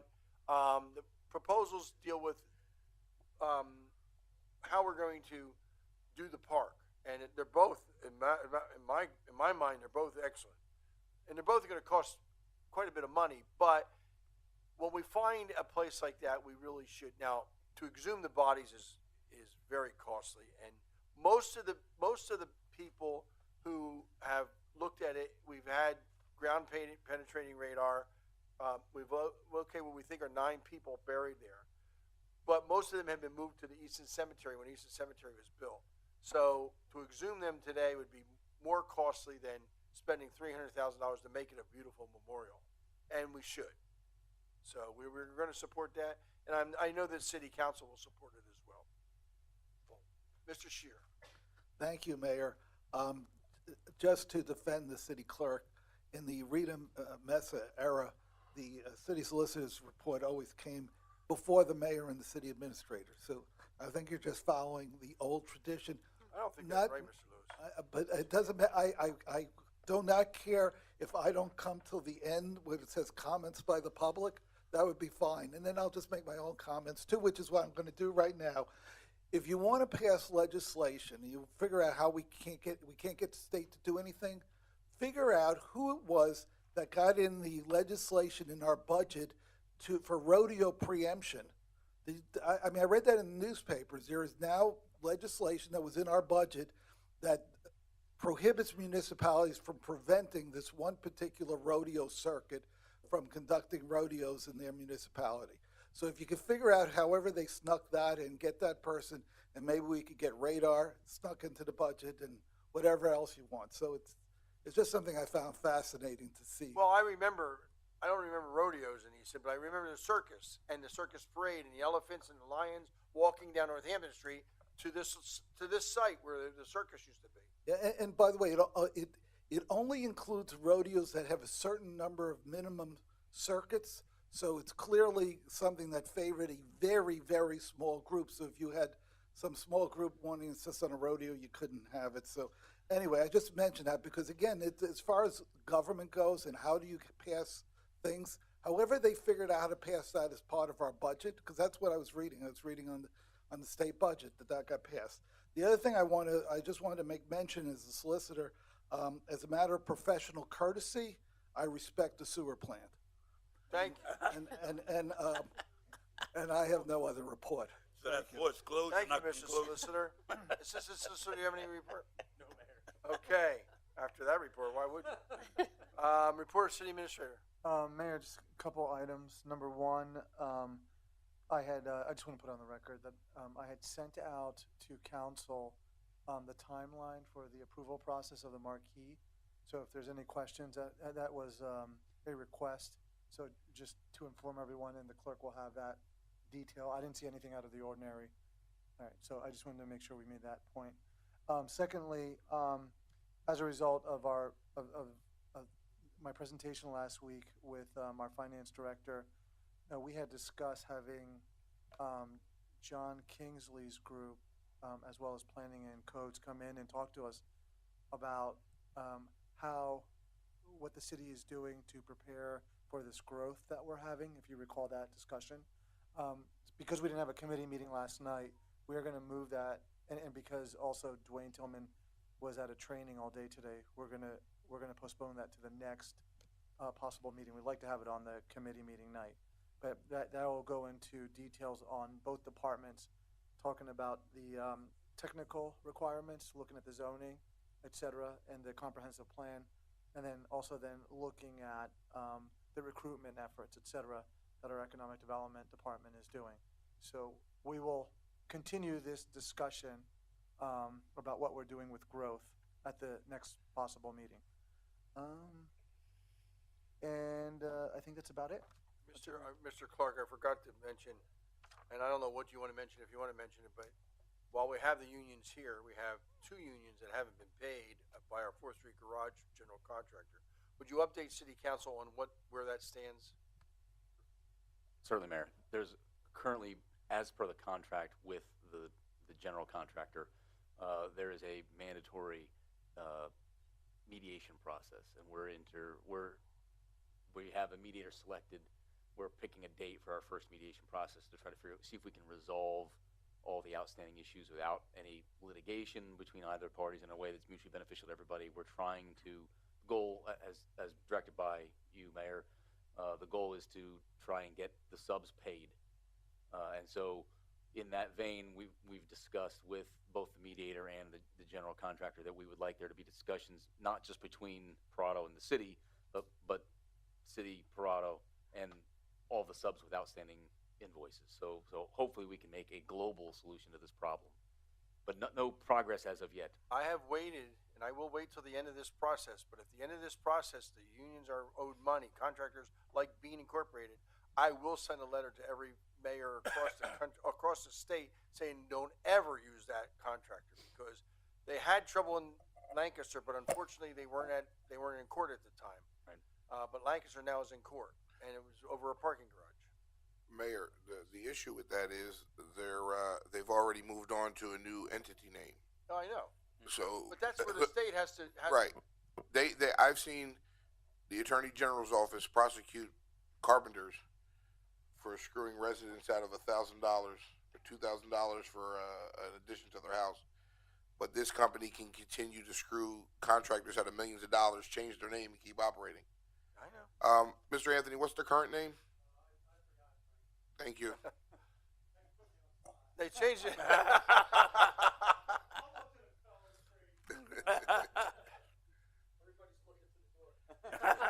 That's all right, Paul. It's probably stuck in your hair someplace. He wears his hair like I wear mine. Smooth. Okay. So anything else, Mr. Campos? Other than it's budget season, so the departments have started reviewing their budgets, and we're on pace. New business, Madam Clerk. We have a resolution approving an agreement for the winter traffic services with PennDOT. So moved. Second. Moving in second, any discussion? Mr. Hopkins, you need to add anything to this? Okay. Roll call. Mr. Ettinger? Aye. Mayor Panto? Aye. Mr. Pinnabone? Aye. Mrs. Rose? Aye. Dr. Ruggles? Aye. Ms. Sultana? Aye. Mr. Brown? Aye. We have a resolution approving a proposal from Alfaro Company to complete the North 4th Street garage. So moved. Second. Moving in second, any discussion? Here we go. We're completing work that should have been completed. Roll call. Mayor Panto? Aye. Yes. Yay. Mr. Whatever. Mr. Pinnabone? Aye. Mrs. Rose? Aye. Dr. Ruggles? Aye. Ms. Sultana? Aye. Mr. Brown? Aye. Mr. Ettinger? Aye. Resolution approving the negotiation and execution of project stabilization agreements with the Greater Lehigh Valley Building and Construction Trades Council. Motion. Second. Moving in second, discussion. Dr. Ruggles. I have a few questions. First of all, a minor thing, but in the fifth whereas, it said no work stoppages twice in the same sentence, so we should probably remove one of those. But in section 2, item I,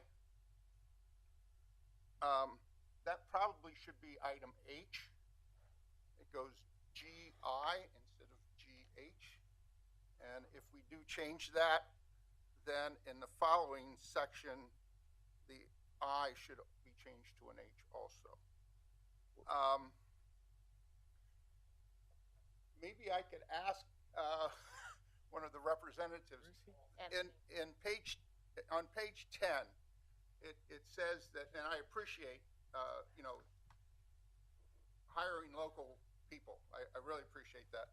But when I read it was 10%, and it's not a fixed number. I mean, we will hire 10%. We'll try to hire 10%. Why 10? I mean, that just seemed low to me. Is that something that's hard for you to fill, or I just didn't understand that? Yeah, not really. We just took 10 because that's what we had. We had 15% in Allentown. We exceeded 15% in Allentown. We want to raise that. We don't have a problem raising it. But again, it's goal. We want to exceed that goal. Okay.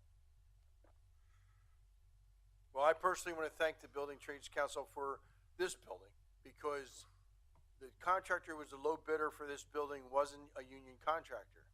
And I called Sean Boyle up and I asked him, because I know he uses union trades, and we had the electrical union, we had the plumbers union, and a couple other unions. And so I want to thank them, because I think this building was done very well. And there's a difference between a market difference. You talked about the apprenticeship program, but there's a market difference between using union labor and using what could be unprofessional. Just go down to Billy's. We've had nothing but trouble with their HVAC system because that was under the threshold, and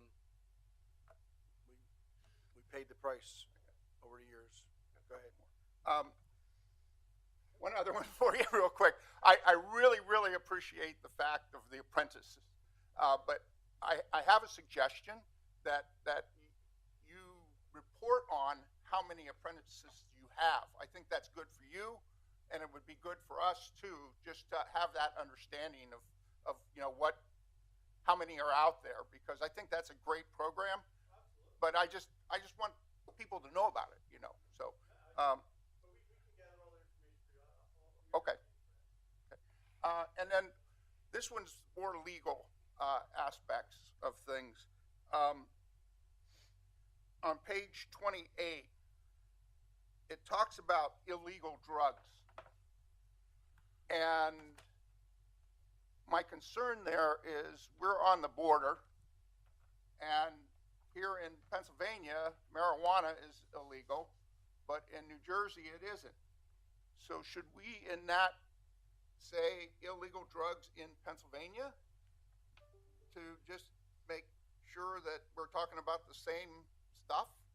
Well, I can say, Councilman, from my discussions with counsel for the unions, and I have had some back and forth conversations with the attorney who does a lot of these draftings. A lot of this language has been set because it's been tested in the courts already, and he gave me a template that they use kind of nationwide, and then we kind of tailored it from there. And that was one of the things they said it's not a good idea to tinker with is these kind of drug testing things because of a lot of those reasons there, and we're in kind of a no man's land for the reason like you stated. Yeah, I just didn't want to put us there. That's well, and not only that, you have the issue with what's legal in a state versus legally federally, right? So it could be legal in New Jersey, but it's still illegal. Yeah. In the federal government. Yeah. So I understand your issue, but I think until all of our governments get together and get on the that's same never page, going to happen. You're never going to be able to craft anything that's going to be able to get all the permutations of the various municipality or municipalities' rules and the various levels of government not agreeing on what they're going to do. So, but I mean, if we tricky. define illegal drugs in Pennsylvania, then we have what are illegal drugs, what are defined as illegal drugs, At as what? being what Pennsylvania defined as illegal drugs. But what about federal law? Huh? But what about federal law? We define it as in Pennsylvania. Sure. I mean, so it doesn't matter what federal law says. Otherwise, supersedes. Right.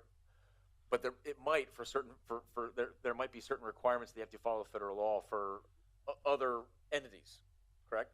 So we could define it however we wish, but I don't know who all else is out there.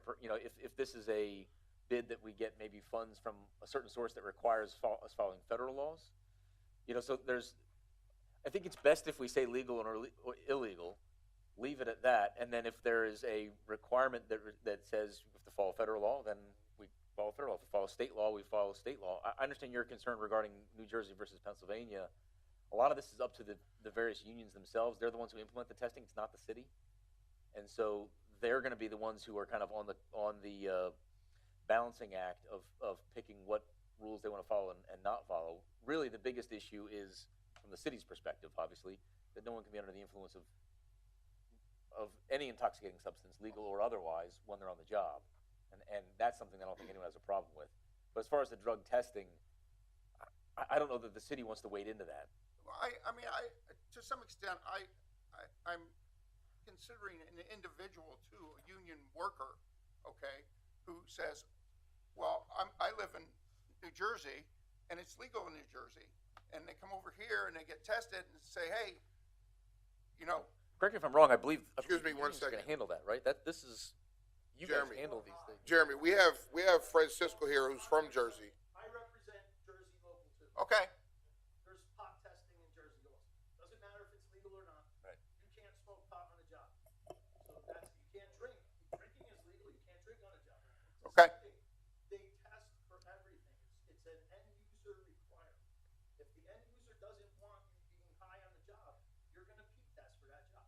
Okay. That's how it goes. So some of the pharmaceutical companies are pulling marijuana out, even in Pennsylvania. So just so you know, but if you want it, you're saying drug testing carries all drugs. Alcohol too. Okay. Right? So Okay. It's not acceptable on the job site. I just didn't want to put a worker in a bad situation. Okay, okay. It doesn't matter if it's legal or not. It's not, if the end user doesn't want it, it doesn't happen on the job. I'm good with that. Yep. Thank you. I have a question. Councilman Santana. On page 23, I'm reading hours of work, overtime shifts, and holidays. And I see 8 hours to 10 hours shift and half hours unpaid for lunch. My question is, like, I have worked with many organizations, honestly, and I see workers skipping their lunch because they are living paycheck to paycheck and they are trying to make some money or trying to save some money. How do you encounter that? Is this a mandatory break, unpaid break, or Yeah, state And they gotta requires it. stop at a certain time too. no? That by law. Even though it's unpaid. So that's where it is. Work 8.5-hour days. You don't get paid for that half hour. We do it here. Got it. Yeah. Okay. Unless it's a second shift.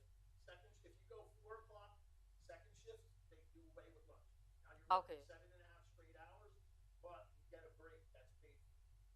Third shift, you get 7 hours Mm-hmm. for 8-hour pay day, and you get a half-hour lunch. You're not getting charged for it. Thank you. Just to reiterate that statement, Councilwoman, that was a lot of the provisions are governed by federal law, and so we followed all of those provisions in crafting this agreement, and so we can't tinker with those even if we wanted to. Yeah, I've seen that because with my previous organization, from I resigned because I had to take care of my mom. I met some of the employees who would skip their break, and we then had to reinforce, hey, you gotta take a break. We have to convince them to take a break because workers cannot perform well if they don't take break or if they don't eat on time.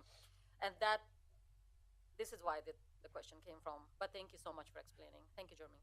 Mr. Councilwoman, that would be a good question for a lot, I think, of the non-unions, who, force their employees to work through breaks and do different things. Fortunately, the unions don't operate that way, and that's another good reason why we're using them here in Easton. Council, let me just say a little bit more too about that is, first of all, those federally mandated breaks and stuff. Two things. When the unions are involved, people like myself, Cisco, everybody else here is business agents. We enforce the contracts with the contractors. We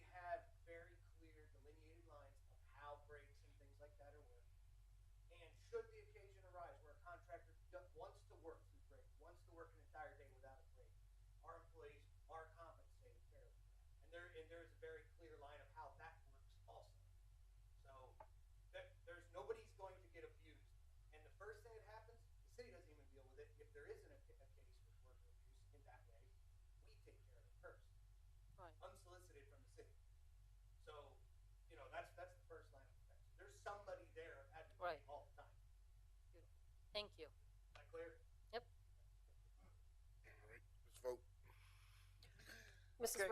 Mrs. Any other, Rose? any questions, other questions, comments? Roll call. Mrs. Rose? Aye. Dr. Ruggles? Aye. Ms. Sultana? Aye. Mr. Brown? Aye. Mr. Ettinger? Aye. Mayor Panto? Aye. Mr. Pinnabone? Aye. Thank you. Thank you. A resolution.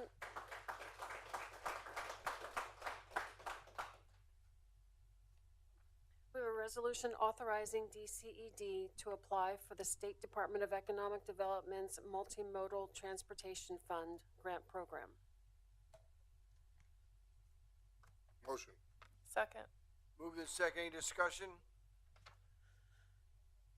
Roll call. Mayor Panto? Aye. Mr. Pinnabone? Aye. Mrs. Rose? Aye.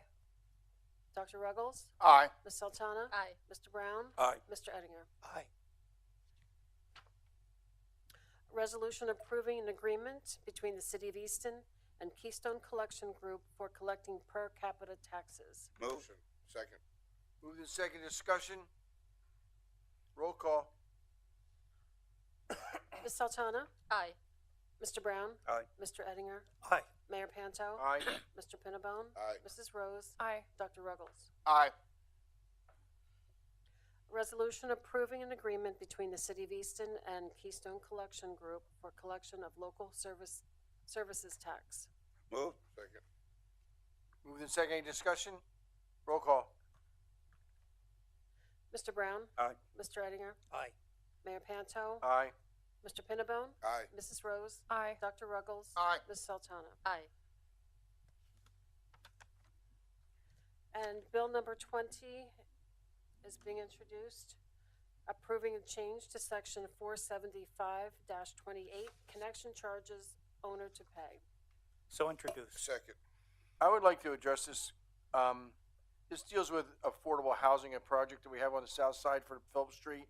The city's gonna use ARPA funds to pay for it. I would like something in this resolution that basically, or this ordinance that basically exempts any project that qualifies as a workforce housing or affordable housing project. I don't wanna eliminate other parts of the city where there are, for example, there may be sections of College Hill that don't have public sewer. If we extend a sewer line, we require the people to pay, and if those people are making $200,000 a year, they should pay. But if somebody's making $40,000 a year, I think this project, if it was up to me, which it's not, I believe that Mr. Hopkins tells me that it's because of the topography, it's a very extraordinary cost, and our guys, beyond the scope of work that they can perform. I believe that if we're going to be committed to workforce housing, we're going to have to subsidize it with the government. And we have all the unions here. You guys are electricians, you're plumbers, carpenters. Let's face it, all the materials are the same cost. And so if you build a house for $200,000, it's $200,000 whether you make $100,000 a year or $300,000 a year. So I believe that all affordable housing is going to be subsidized. And we put together, of our ARPA funds, just shy of $4 million of money to go towards affordable housing.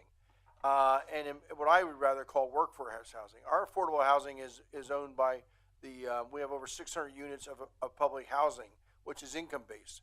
This is workforce housing where people might be making $45,000 a year and can't afford to own a home. So this is a project where it's going to be seven townhouses that are being built on a vacant parcel on the south side that doesn't have sewage and public sewer. And this is, in my mind, as a person who grew up right near there and has two bosses who live there, Mr. Jones and Mr. Houston, both former city council members, I believe that if we're going to be committed to affordable housing, we should do it. So we're going to pay what could be as much as $200,000 to $250,000 for this line. I don't think we should go back after I agree with the resolution. I agree with the ordinance. But I don't agree that we should just eliminate it. Because what we're doing is we're eliminating it.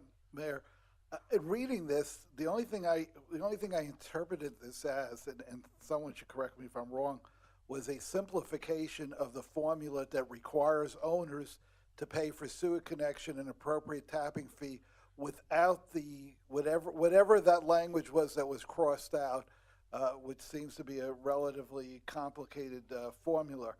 But that's all I read this as being intended to do, is to just come up with, instead of going the average cost per lineal feet, et cetera, to just say including the sewer connection, the appropriate tapping fee.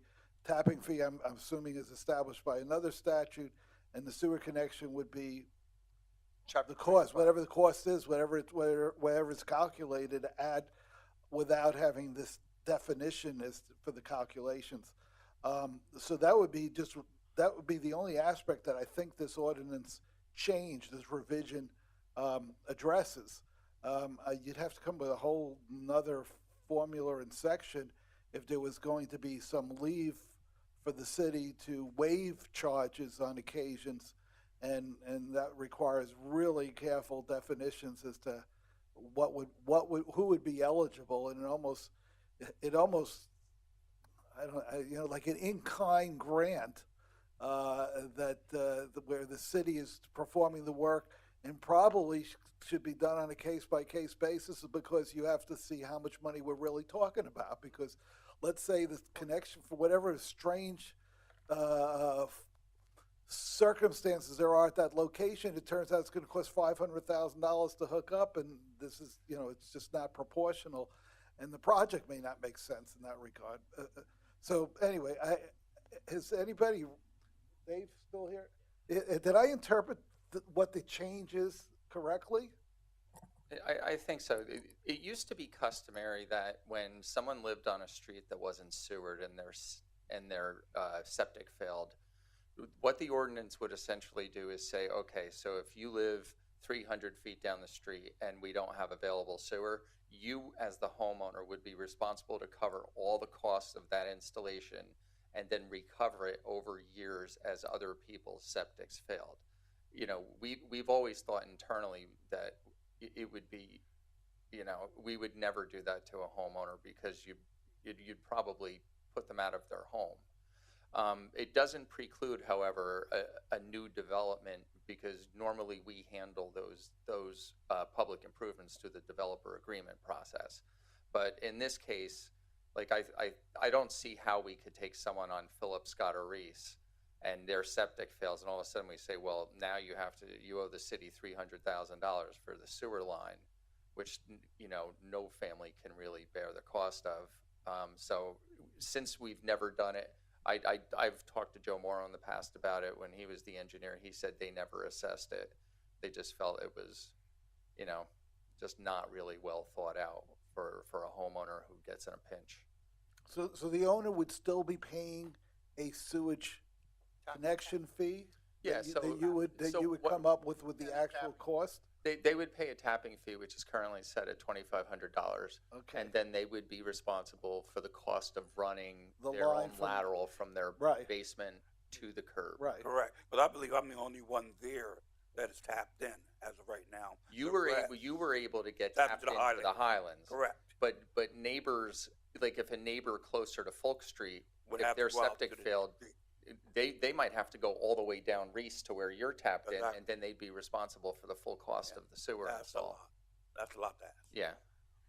So I think it's much simplified, and in a case where we had a development like the Marquee or when we get into a developer agreement with them for their public Yeah, improvements. we make them pay for that as We part do. of the development agreement right up front. I mean, everyone knows the cost that they're Sidewalks, they're agreeing sewer, to, yeah. stormwater, Right. all their public Right, improvements. so this is for the isolated situation.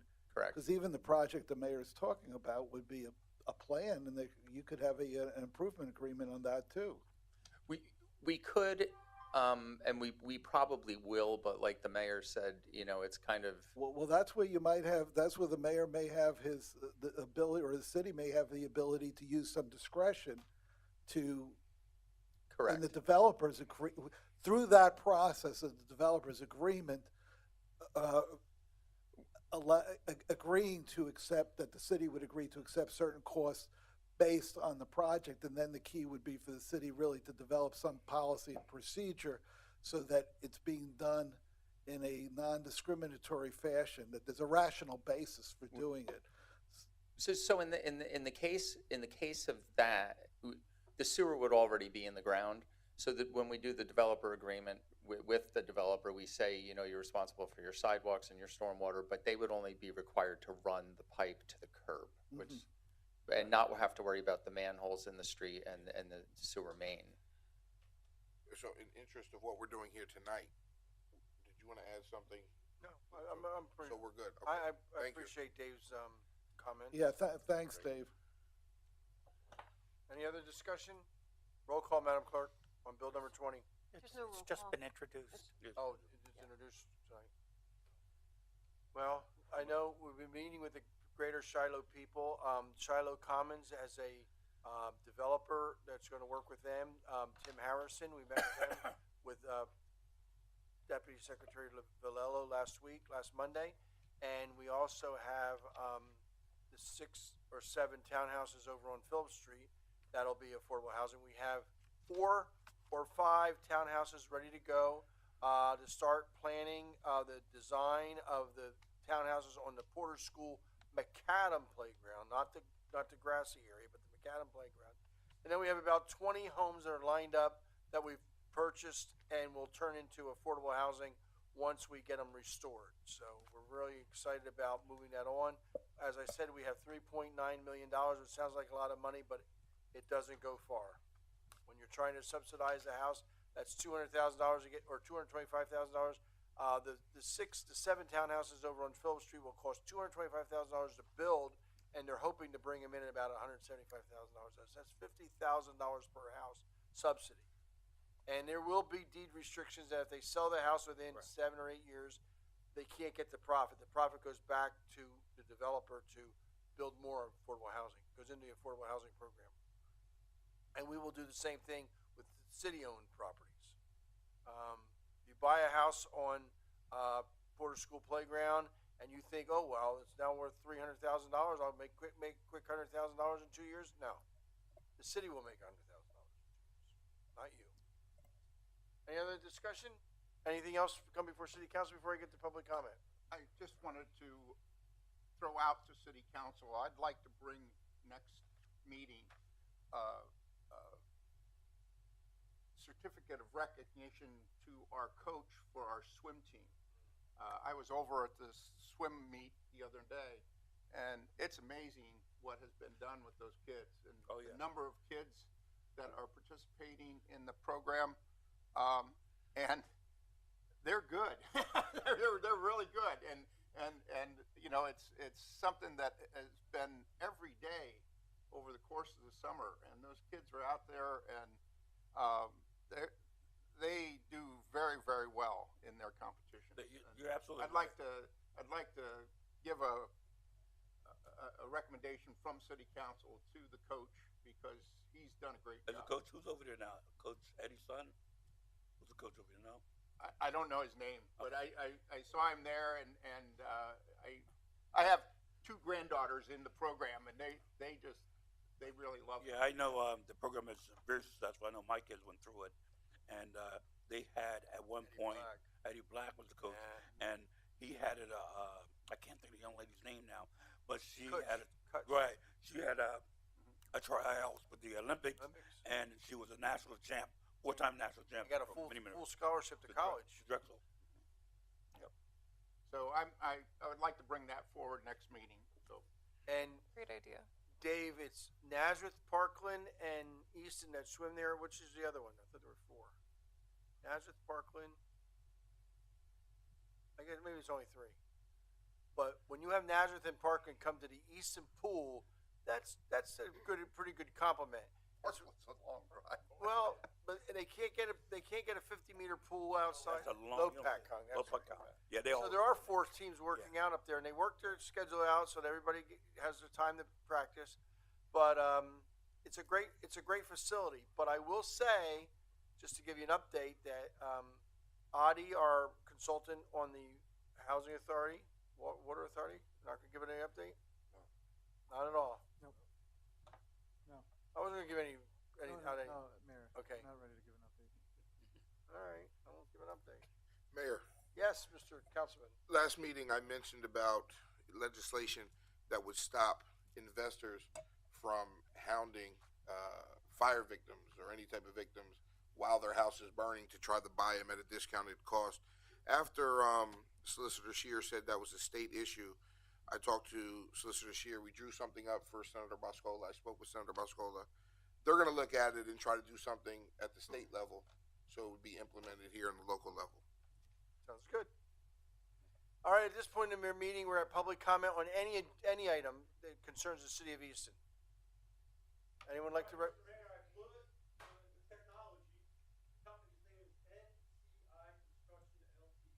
Thank you very much, Mr. Anthony. Because I'd have lost sleep tonight.